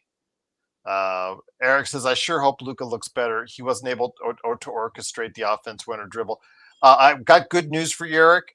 If you check out on social media or go on the internet and just type in Luka Doncic weight, he has dropped a considerable amount of weight. And if you see him out there, he will take a photo with you and hopes that you can put out there on social media. He has been photographed with a lot of fans this summer, and you can see he has dropped what looks like 30 pounds at least. He looks thin. He looks really thin. And whether or not you would think it's too thin or whatnot, he looks in good shape to me.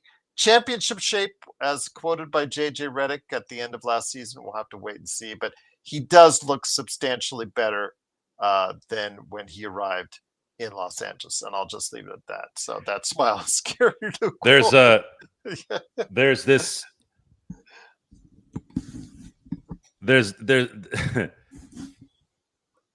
rift in LA with LeBron, and it started the day he signed in 2018. It's not just our show. It's not just what I'm saying here. LeBron has never really been embraced here because he's a. LA is supposed to be this, and I find it ironic too for a city like LA, right? Hollywood, fakeness. You would think that would be kind of the cornerstone of who LeBron is. There's a lot of that with LeBron. But it's not. That's just a small. It's kind of like the mafia, right? Like Italians got offended by everything always be associated with the mafia, right? But that little group. So you have let's say you have 5 million Italians in the United States. There's like 5,000 of those 5 million are associated with organized crime, and that small 5,000 set people dictate the other almost 5 million people, right? Like people associate that with the other people, and Italians would be offended by it. Hollywood's the same thing. LA is actually a blue collar town if you take Hollywood out. I've worked there. I know who's there. You're talking about half the population is Hispanic. Hispanics work. They work for a living, and most of them are working in blue-collar jobs. Why did they identify with Kobe so much? Because Kobe was them. Kobe was the guy that worked at 4 a.m., 9 a.m., 12 p.m., 3 p.m., 6 p.m., 9 p.m. He was there every game. Swollen ankle, swollen knee, busted shoulder, busted face. Always there. That's why he was loved so much. He had to move to Orange County because he could live a little bit of a normal life in Orange County. He could go to the Baskin Robbins with his kids. Yeah, fans will come, take a picture, but they weren't belligerent. If Kobe walks on Figueroa, it would be no different than when Michael Jackson used to land in Italy or France for a concert, and absolutely people went nuts. He even said that. He even said people are the people get wacko over there in LA when he walks around LA. But with LeBron, LA never has embraced him, because he's not really that. He's the guy that says he came up hard, but came up hard when he was 8. Does he really remember that? Because I know for a fact, looking at videos and stuff, LeBron has had his butt kissed since he was 12 years old.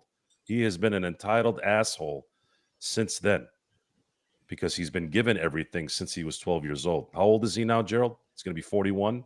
Yes. He's lived a lot more of a privileged life than most of the people that you'll ever know in your life.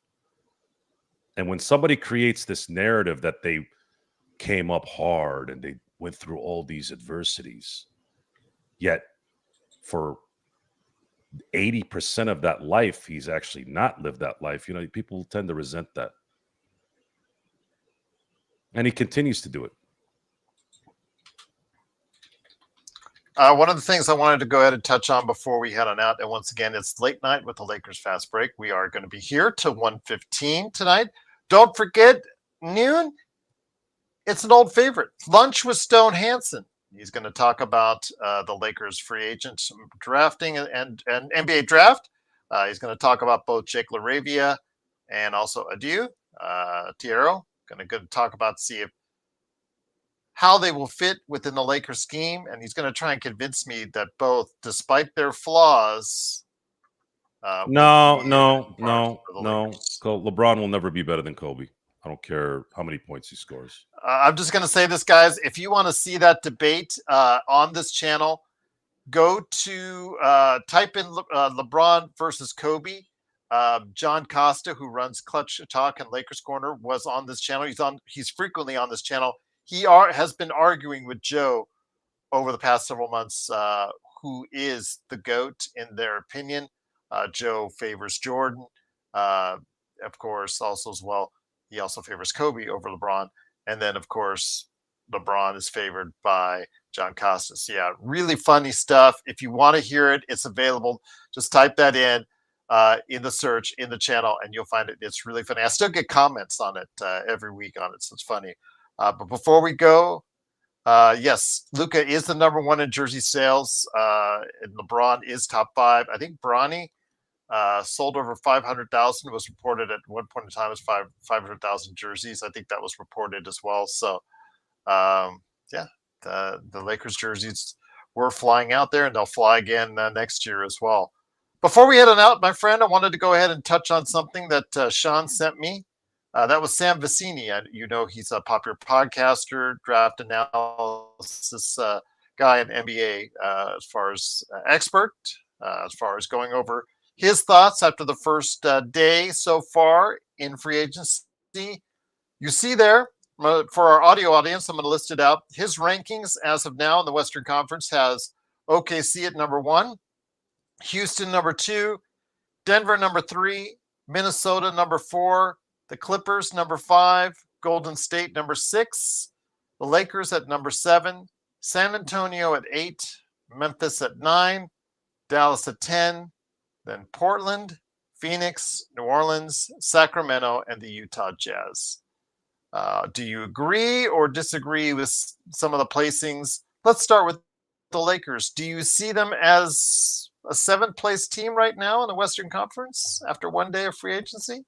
Sharon, if you don't want us to talk LeBron, maybe you should go call LeBron and his representatives and tell them to shut up. Again, Sharon, for me, it's not all LeBron's fault. Again, I'm not blaming LeBron. I'm saying he's talking about nonsense while we've only been a day into this. I didn't make Rich Paul go make statements. That's not my fault. I'm commenting on it. And I don't remember Magic or Kobe or Pau Gasol doing shit like this. So why are you looking at me for this? This is what he's doing. I'm just reacting to it. I mean, Sharon, you even said, as I am, the passive aggressiveness in this case through Rich Paul and Clutch gets tiresome. They I don't know you and shut I both up. would admit that. They never shut up. So But what do you want me he to is do? not. He is not to be given the entire blame for whatever the Lakers situation is. Again, there are a myriad of factors, and this organization as a whole, has and the way it's been run from top to bottom, as a collective has to be to blame.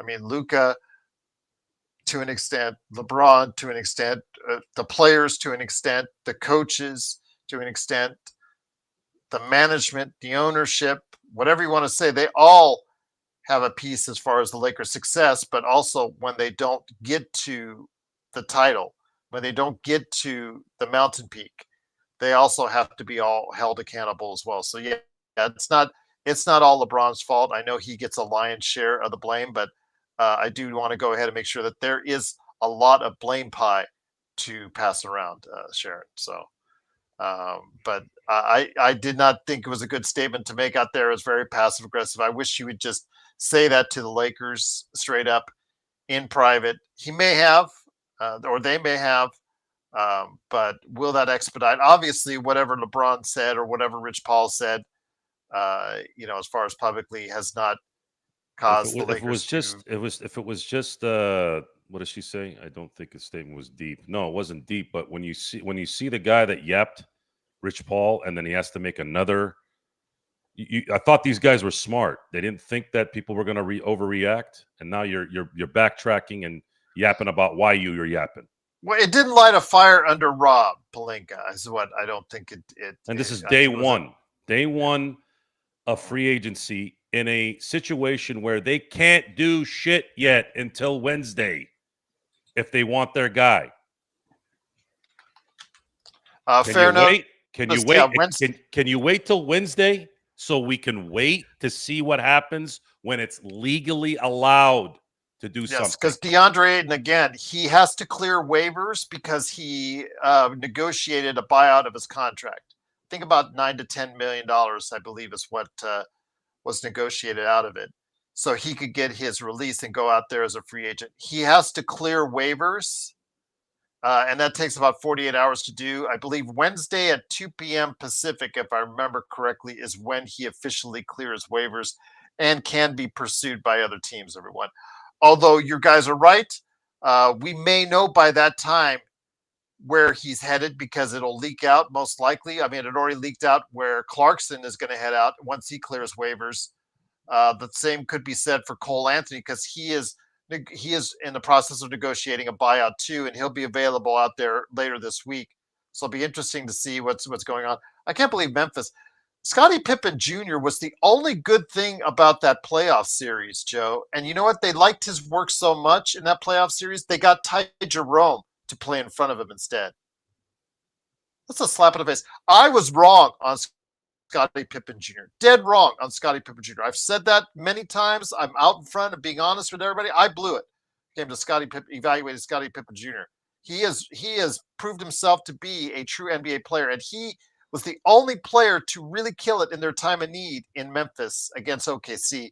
And that's how they show him, instead of saying, oh, yeah, we got you here in the future. They've got him for 4 years, $8 million, but they throw another roadblock in front of him. Instead of Cole Anthony, now it's Ty Jerome. So that just blows my mind. But, yeah, it is what it is. But I want to get back to this real quick, Joe, before we head on out. Again, we're staying on the line for 1:15. I gave Intel my word on that. My word is my bond. At least I try to make it so. Seeing that list as far as Sam Vecini's, do you see anything that you would change from that? Because I see a couple things I would tweak. It's just too early. I don't know, just for funsies, just trying to provide conversation at 12:54 at night. I think the top 4 is probably accurate based off what's already happened, and then 5 through 8. The Lakers get DeAndre Ayton, and they just get DeAndre Ayton. That puts him, to me, that puts him in the 5 spot right away. Okay. Clippers, I don't know what the hell I don't know what that's about. Golden State, they got weaker. They get weaker every year. Spurs at the 8. Do you like what Dallas did? I don't think Dallas is going to be a 10. I think they move up a little bit in my estimation. But then again, Jason Kidd's their coach, so maybe they're not too far off. If Jason Kidd, and this is the part that's so difficult because Jason Kidd's one of the all-time greats, team player, the whole thing. I couldn't believe him saying that. I hope he was joking at putting Cooper Flagg as the point guard. I don't know. Phoenix, are you sold that Phoenix might have done some things? Because we talked about them during the draft as one of the teams that I'm not sure I really entirely get what they're doing. I mean, they got essentially 14 feet of roughly the same type of player, which hopefully will work out. They still don't have a point guard on that team, which is amazing. But they've got 5 shooting guards on that team. Good luck. I'd say that's a very ill-fitting team right now, and they really didn't do much in free agency to alleviate some of those concerns. Number 12, but if they do find a point guard, who knows? I could see them maybe possibly moving up a couple spots, but for the most part, I could see that happening, and I understand that moving the Lakers down is the chic thing to do right now because the Lakers have moved down. They've already lost in Vegas here. The lines have gone down on the Lakers as far as where they were at as a favorite to now maybe not as much of a favorite after day one. But like you said, it's day one. We have to let this play itself out. Obviously, the Lakers are playing the long game and trying to figure out what's going on for DeAndre Ayton. I don't know if DeAndre Ayton is the be-all, send-all, but again, we're going to have to ride it out and wait for the Lakers. I wish Jake LaRavia would have come at a cheaper cost or not at all because I'm not sold on him. I saw players that were similar in ability as him go for cheaper prices today, and like starting with Gary Trent Jr. To Milwaukee, I believe, for $6 million for 2 years or something like that. Really, not that expensive price. But again, Joe, it seems like a year, even with DeAndre Ayton, that the Lakers are not going all in. But as you said to be patient. And as soon as Mark Walter takes over, things could be a lot different. Yeah, it's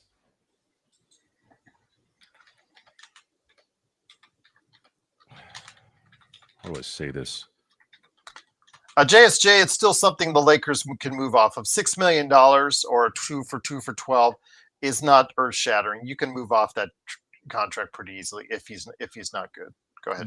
The Lakers have many expiring contracts already here. There could be things that could be thrown their way still. Some team may want Austin, some team may want Rui. This has to kind of play out. There's no other way to look at it. Let this play out, and if worse comes to worse, where you're keeping these guys for one run, it's okay if you lose them next year without compensation because this team is going to be cleared of the salaries in abundance. And the Lakers will be under the cap for the first time in years, and they'll be able to sign people outright and have the advantages of having those things that they haven't had in a while. And that's the caveat I have. That's the favorable caveat, Joe, is that in 26 and possibly 27, the Lakers will have a lot more to work with. The problem is there's a lot of other teams as well that will have open cap space in those years. But the Lakers will have their first-round draft pick. They will have options open and available to them.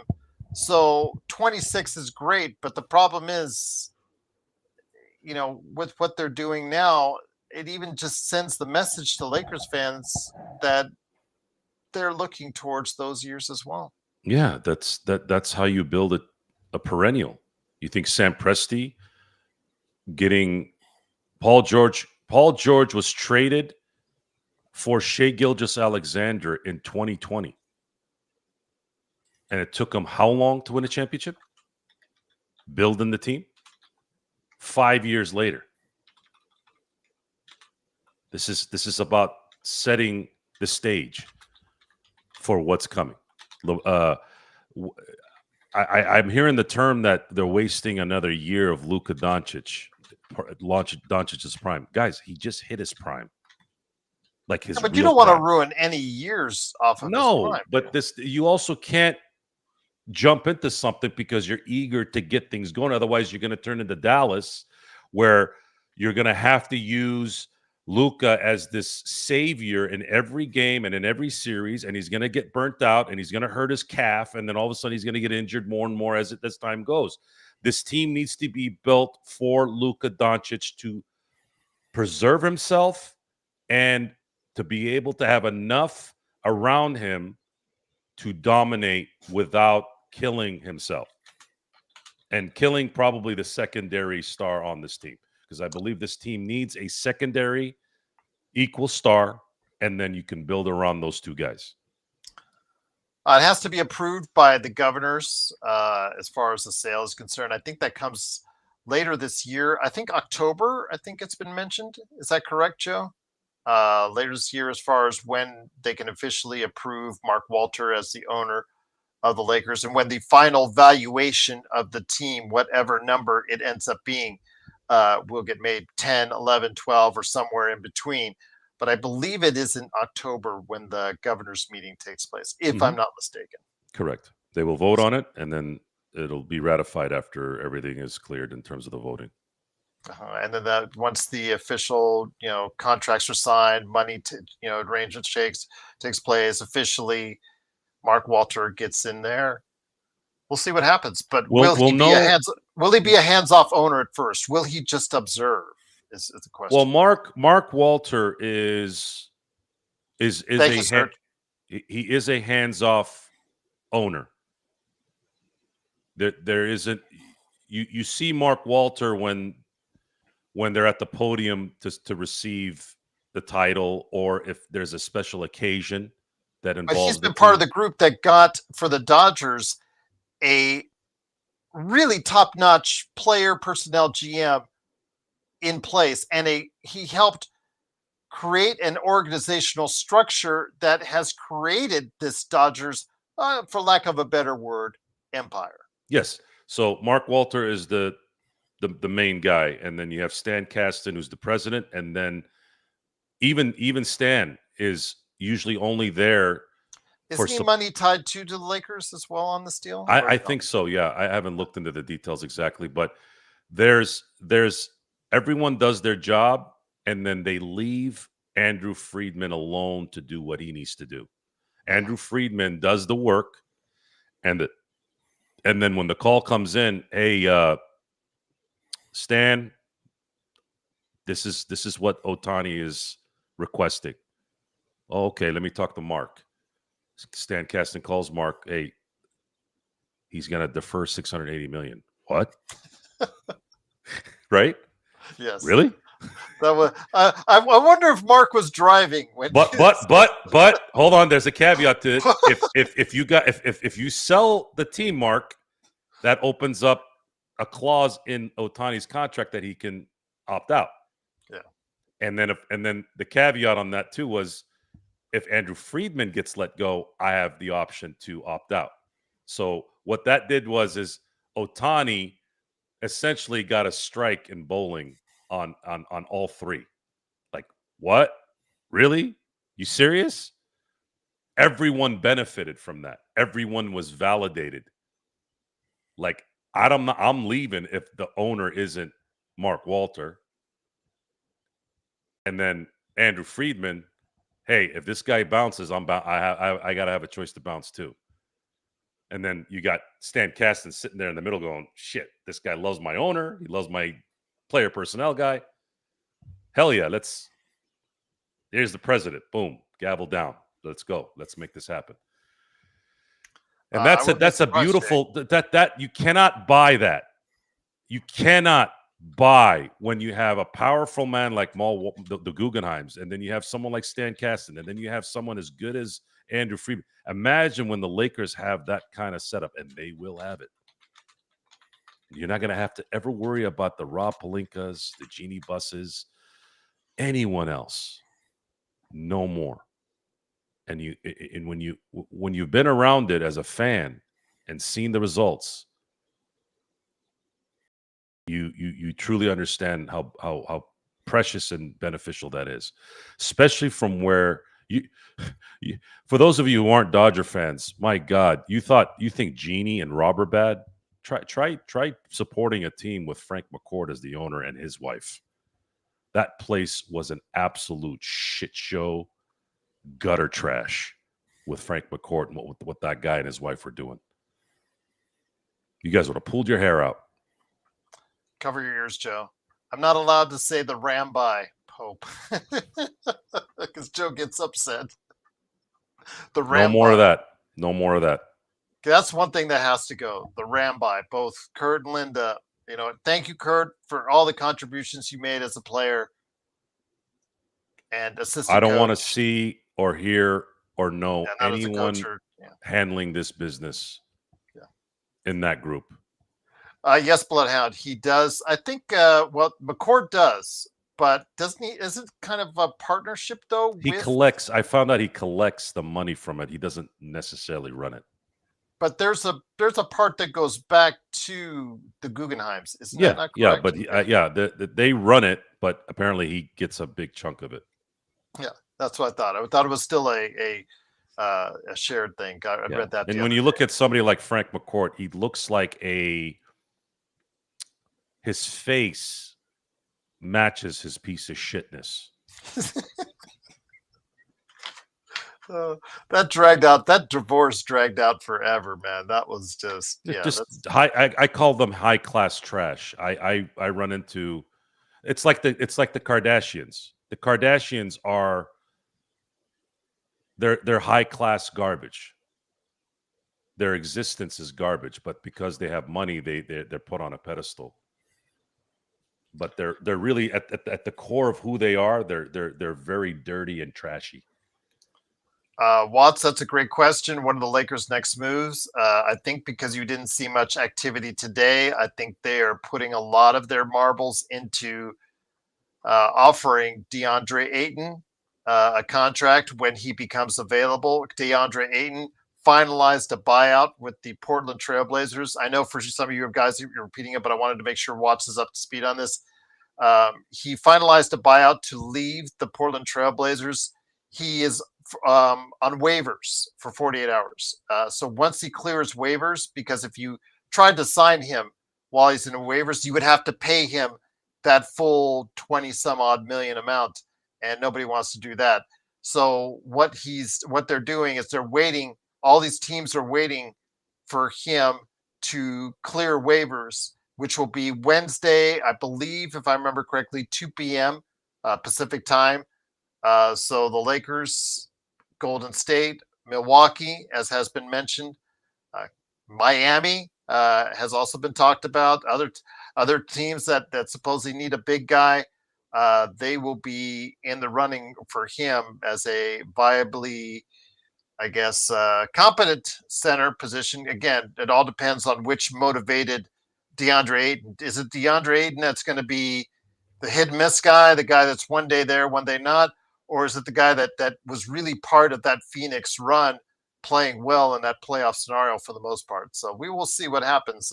He should be motivated because whatever contract he signed may be short term and maybe playing for a new contract himself, a larger contract in the long term. But we will see what happens with DeAndre Ayton. But that's probably the next steps, Watts. Maybe something as far as the lines of getting some veterans minimums, because the Lakers still have to fill out the roster. I believe they're at 12 players right now.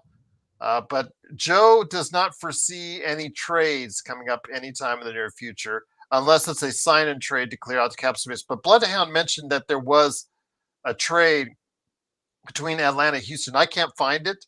That might have been part of that sign and trade to get Capella over to Houston.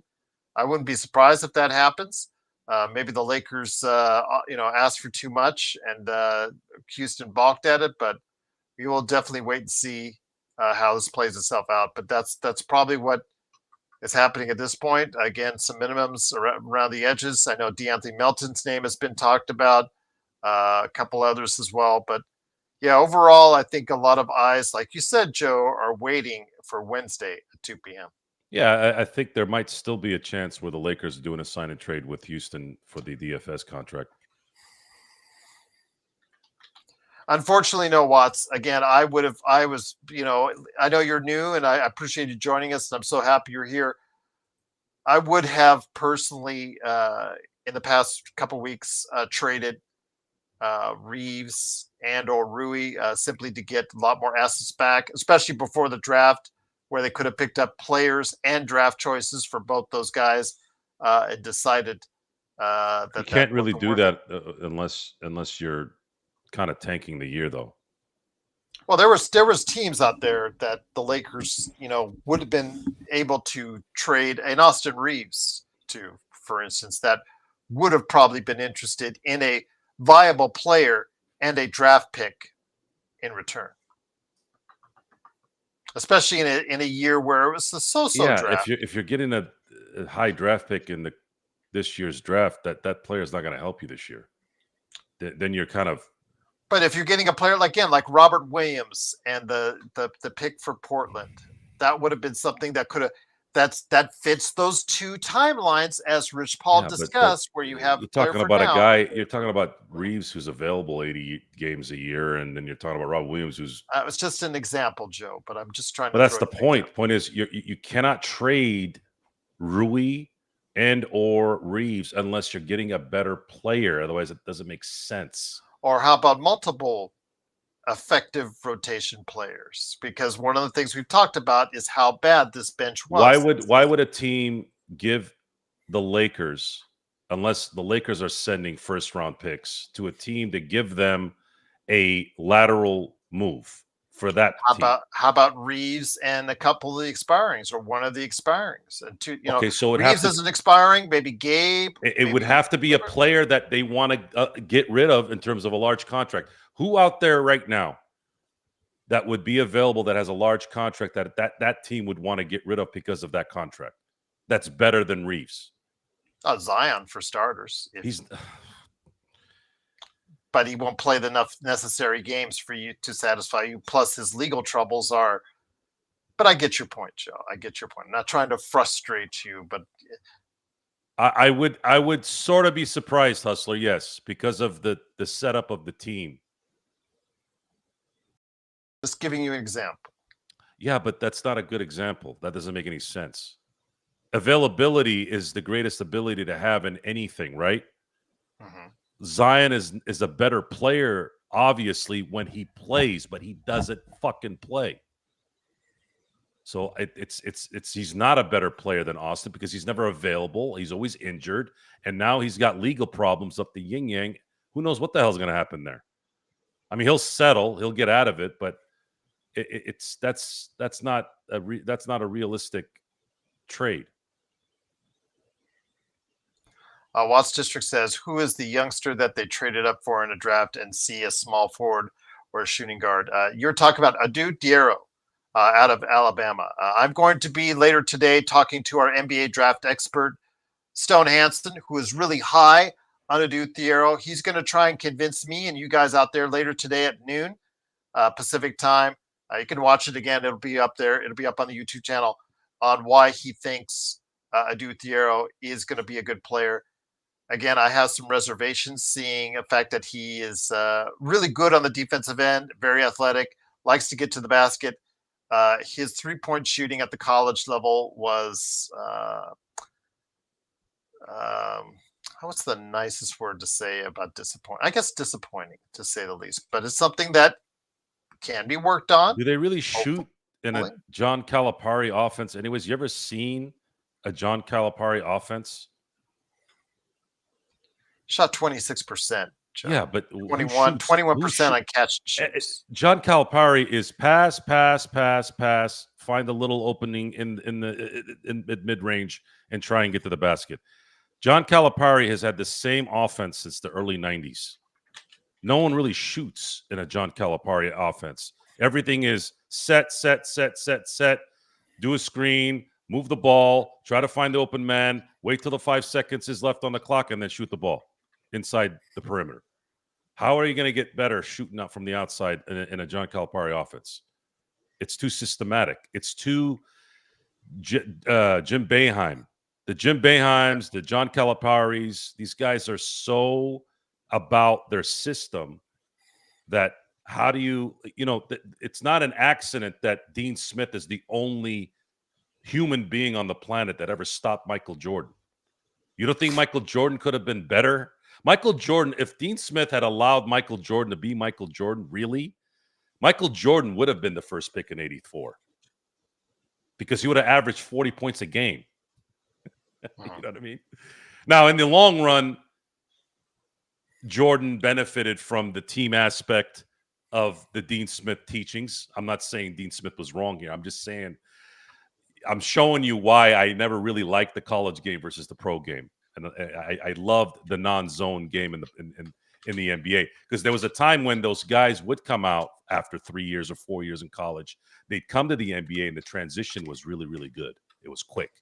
Patrick Ewing was good right out of the gate. Ralph Sampson was good right out of the gate. Hakeem Olajuwon was good right out of the gate. MJ was good right out of the gate. Shaq was great right out of the gate. These guys were so good because they were in college 3 to 4 years. And the game was better in the pros because for guys like Shaq, like Hakeem, like Ralph Sampson, they didn't have to deal with the second and third guy dropping down on them. Now that was illegal in the pros. So they had all this room to operate and become great out of the gate. And then Shaq changed it in 2002, and Mr. David Stern decided, you know what? Lakers are winning too much. We need to put this to – we need to make it a little bit harder for them. I'm not sure Andre Drummond would be a great answer because remember, it didn't work out exactly the greatest the first time around. You don't know which Andre Drummond you're going to get. Are you going to get the guy that still can, has some semblance of the guy who was in Detroit, or you get the guy that you saw in LA? Andre Drummonds, please. No Andre Drummonds, please. All right. But we have made it to 115. Want to thank Intel Wild for his generous donation. Truly appreciate his. Hold on. I'm reading. We got a new guy. Easy Money Sniper. Really? Is this Joe guy AR Glazer? AR Glazer. Well, trying to find Lakers channel to watch. You're not going to get. I'm glad you stopped by ours. You're not going to get a better show than this, in my view, because I'm an arrogant asshole and I believe our shit's the best. Because it is. He is narcissistic. Yes. He's been called a narcissist on the air, and he actually spent a half hour supporting that comment. Whatever you think I am, you're probably right. But the thing with AR is Austin Reeves is a good player, but he's not $30 million a year good player. That's the problem. I don't want to lose him for nothing. So if you're going to trade him, you're going to trade him before the end of next year, then you may have to make a decision on whether you're serious about winning the title this year, because you will need that depth. You will need his talent as part of the cohesive unit.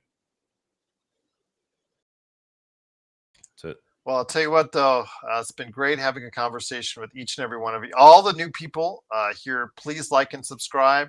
Hopefully you'll see us many more times. I know Joe will make you mad, will make you glad, will make you cry, will make you laugh. But that's what he does when he's here. Magic Man Sean Grice. We've got the Lakerholics that come sometimes on the weekend. They have their own show. Stone Hansen will be here in about 11 hours, a little less than 11 hours. John Costa from Clutch Talk Later. We have a great group. Legend, Alfred Esmond. Yeah, we have a lot of great people that stop on by. We try to mix it up with some great voices, great opinions. Not always Lakers fans. We like to get every now and then opinions from outside the Lakers sphere to see how they see the Lakers in the NBA. So it's always good to have you guys stop by. I'm trying to make it as good a show as possible. It is a little bit raw. We're not on the radio yet. That's our goal, is to get on radio stations. Reaching out, not heard anything back yet, but I would love to expand our audience that way as well. I know Eric was kind of taken aback by the language, and again, I'm not going to tell Joe how to be.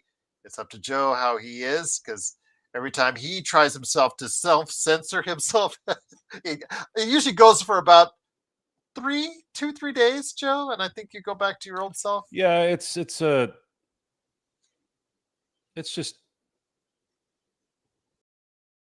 trying to make everyone understand where we're coming from. Yeah, I get it. It's important. But then again, it's important to yeah, to take it home, to bring it home as much as you can. Not enough of that, in my view. Putting your foot down and really, the interpretation is going to be different for a lot of people, and that's fine. But in the end, the reality is what I say it is, because it is what that is. But you're not going to really know if you're somewhere out there and you have your own interpretation. That's fine, but I can actually prove it. But you'd have to come hang out with me. I'm not, again, I'm not putting a front on. This isn't a front. I might turn up the volume a little bit for maybe entertainment purposes. Sure, that happens every now and then.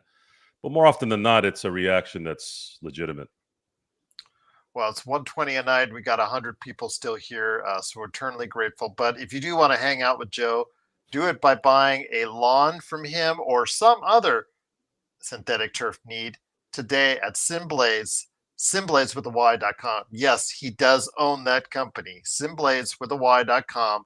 If you're in the Southern California area and you need a new lawn or something synthetic turf that he can do for you on that, you can hang out with Joe, because he'll be taking care of your synthetic turf needs at Simblades, simblades.com. I'm a landscape contractor too, guys. I can build anything you want outside. Turf is just my specialty, because 90% of the jobs out there that are artificial turf involved are trash. There you go. As actually, the link is right there in the chat. Thank you, Search, as always. Hudson, I don't do drugs, but it's not my thing. I've smoked weed a few times in my life. Overrated experience. I do have drinks. I will have a drink and a celebratory cigar every now and then, though. That I do, Joe. That I do enjoy. I live in Las Vegas and have been to Disneyland. I've smelled all the weed that I needed to smell in my lifetime. But Joe also has helped finance a great video game that's out there, Corrupt, Coreupt. It is now 80% off on Steam. It is $5. That's right, $5. And you can get one of the best fighting games for the indie scene that's out there, Corrupt, Coreupt, now available on Steam. Joe, Search, great to have you. Yeah, I know you like that comment, Search. What did I say? No, it was me saying Las Vegas and Disneyland. I've smelled all the weed I could smell. I needed to smell. So you smell it every day when you go down Boulder Highway or you go down certain sections, because Las Vegas sells marijuana 24/7 in this town. So it is what it is. But Joe, an eventful day in more ways than one for the Los Angeles Lakers. Do you expect anything today to go on for the Lakers before we head on out? I think you might hear there could be a possibility where there's reports that it's going to happen, that they're going to get a center, maybe a trade with Houston to get that thing figured out. But I would say it's probably best to wait just till Wednesday, when they don't have to worry about tampering. But you might get a heads up on that, because, like I said, we already know where Jordan Clarkson's going to go. So I don't inhale, Luke. I don't inhale the cigar smell. He has had a cigar on air from his jacuzzi. Yeah, so I don't inhale the cigar. I've inhaled it on accident before. It sucks. It really burns your lungs. I don't know how the hell some people actually do inhale it. No, and I only smoke a cigar. I'd say on the average in a year, I'll probably smoke maybe 4 or 5 cigars total. Yeah, but he did that on the air one time. That was classic, right from his jacuzzi. There you go. But once again, it is Joe Soro along with me, Processed foods are bad. Oh my gosh! Don't. Processed food tastes good, but it's bad for you, especially Yes. in the United States, because they what did Subway do with their bread? It was made from the same material as yoga mats, something It like that, tastes like yoga mats. And right? I'll leave it at Yeah, they feel that. like yoga mats too. Yeah, that's true. That's why I don't go to Subway. But once again, it is Joe It Sorrell wasn't along with always me, like Gerald that, Glass. Gerald. I think I don't remember that time. It's always been the substandard. '90s. Pardon the I had pun. Subway. I had Subway a lot in the '90s. The food tasted different. Remember, I told you how Kit Kats and Snicker bars, the taste changed over the years. There was a time Yes. where I would eat a Kit Kat and I'm like, damn man, this thing is like off the hook. Same thing with Twix. Twix. You'd eat those and you're like, my God, I got to stop eating this because I'll eat like 50 of them. Now, well, I haven't had those candies in a while, but I think probably since last Halloween. But man, now you take a bite of it, I'm like, why is this doesn't how come it doesn't taste as good as it used to? Sorry about that, Watts. And then I know that you guys had the controversy with the tuna as well, so I won't Tuna? elaborate on that. Yeah, just look up tuna and Subway. They had a big. They were taking a cord over it, and I'll leave it at that. No, you can't have fish anywhere in a fast food joint. No. No. Never. The things you see and hear at 1:30 in the Never morning. ever order anything fish anywhere. I even as much as I was eating that stuff growing up, because my body didn't give a shit at the time. I never ordered the chicken fillet from McDonald's. I never ordered anything fish anywhere. Fish has to be made a certain way, and I highly recommend it fresh. Otherwise, it's going to taste like complete garbage, at least from my experience. Big shout out to all of our mods, Vari, Search, Xbox. Big shout out to Intel for his great super chats. Big shout out to all of you for staying up with us late to 1:30 in the morning Pacific time. Again, I will be back. I'm going to set my alarm. We'll be here for lunch with Stone Hansen. That'll be coming up at noon. I'll go ahead and schedule here in just a little bit, because I do have to process this for audio audience. Joe, appreciate you staying on till 1:30 with our crew. Yeah, I knew we were going to have a big audience. I felt and I didn't even schedule this. I just did this on the fly. No, I felt it. I knew it was going to happen. That's why I think it was important to do it. We brought in a different fan base. I didn't want to do it, but I'm glad we did. No, it's good. We were pretty consistent all night, and this is what it's for. I know I probably turned some people off, but we also turned some people on, and that's just the way life is. Do. Yeah, you usually do. That's the thing. I'll get the complaints in the comments. That guy, I'll never come back. Blah blah blah blah blah. But then I got Joe's the greatest. Right above it, I'll have Joe's the greatest, and then right above it too as well. So you can't make everyone happy. That's one thing I've learned as well, especially on YouTube. You see, Hustler, that's how you destroy the strength of a nation. You go after the males when you can lower the testosterone in the male population. That's biological warfare. That's how you weaken a nation. That's the modern day way of weakening a nation, is turning the males into tulips.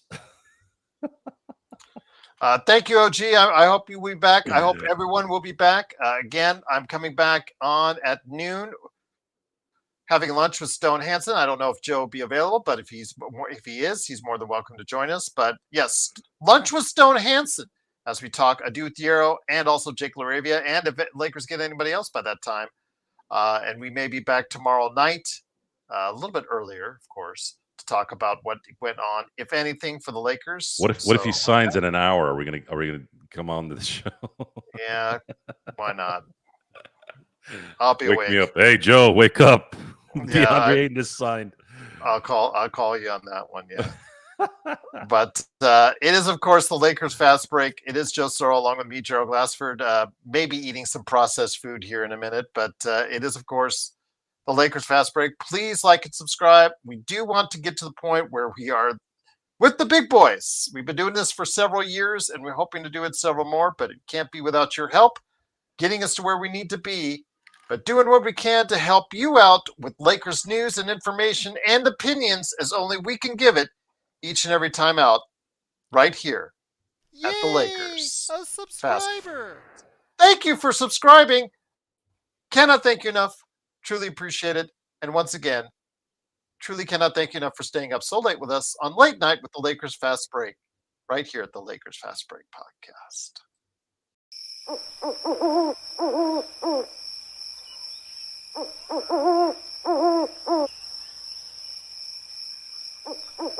Good night, Joe. Good night. Buenos noches. Good night, John Boy. Good night, Rob Pelinka.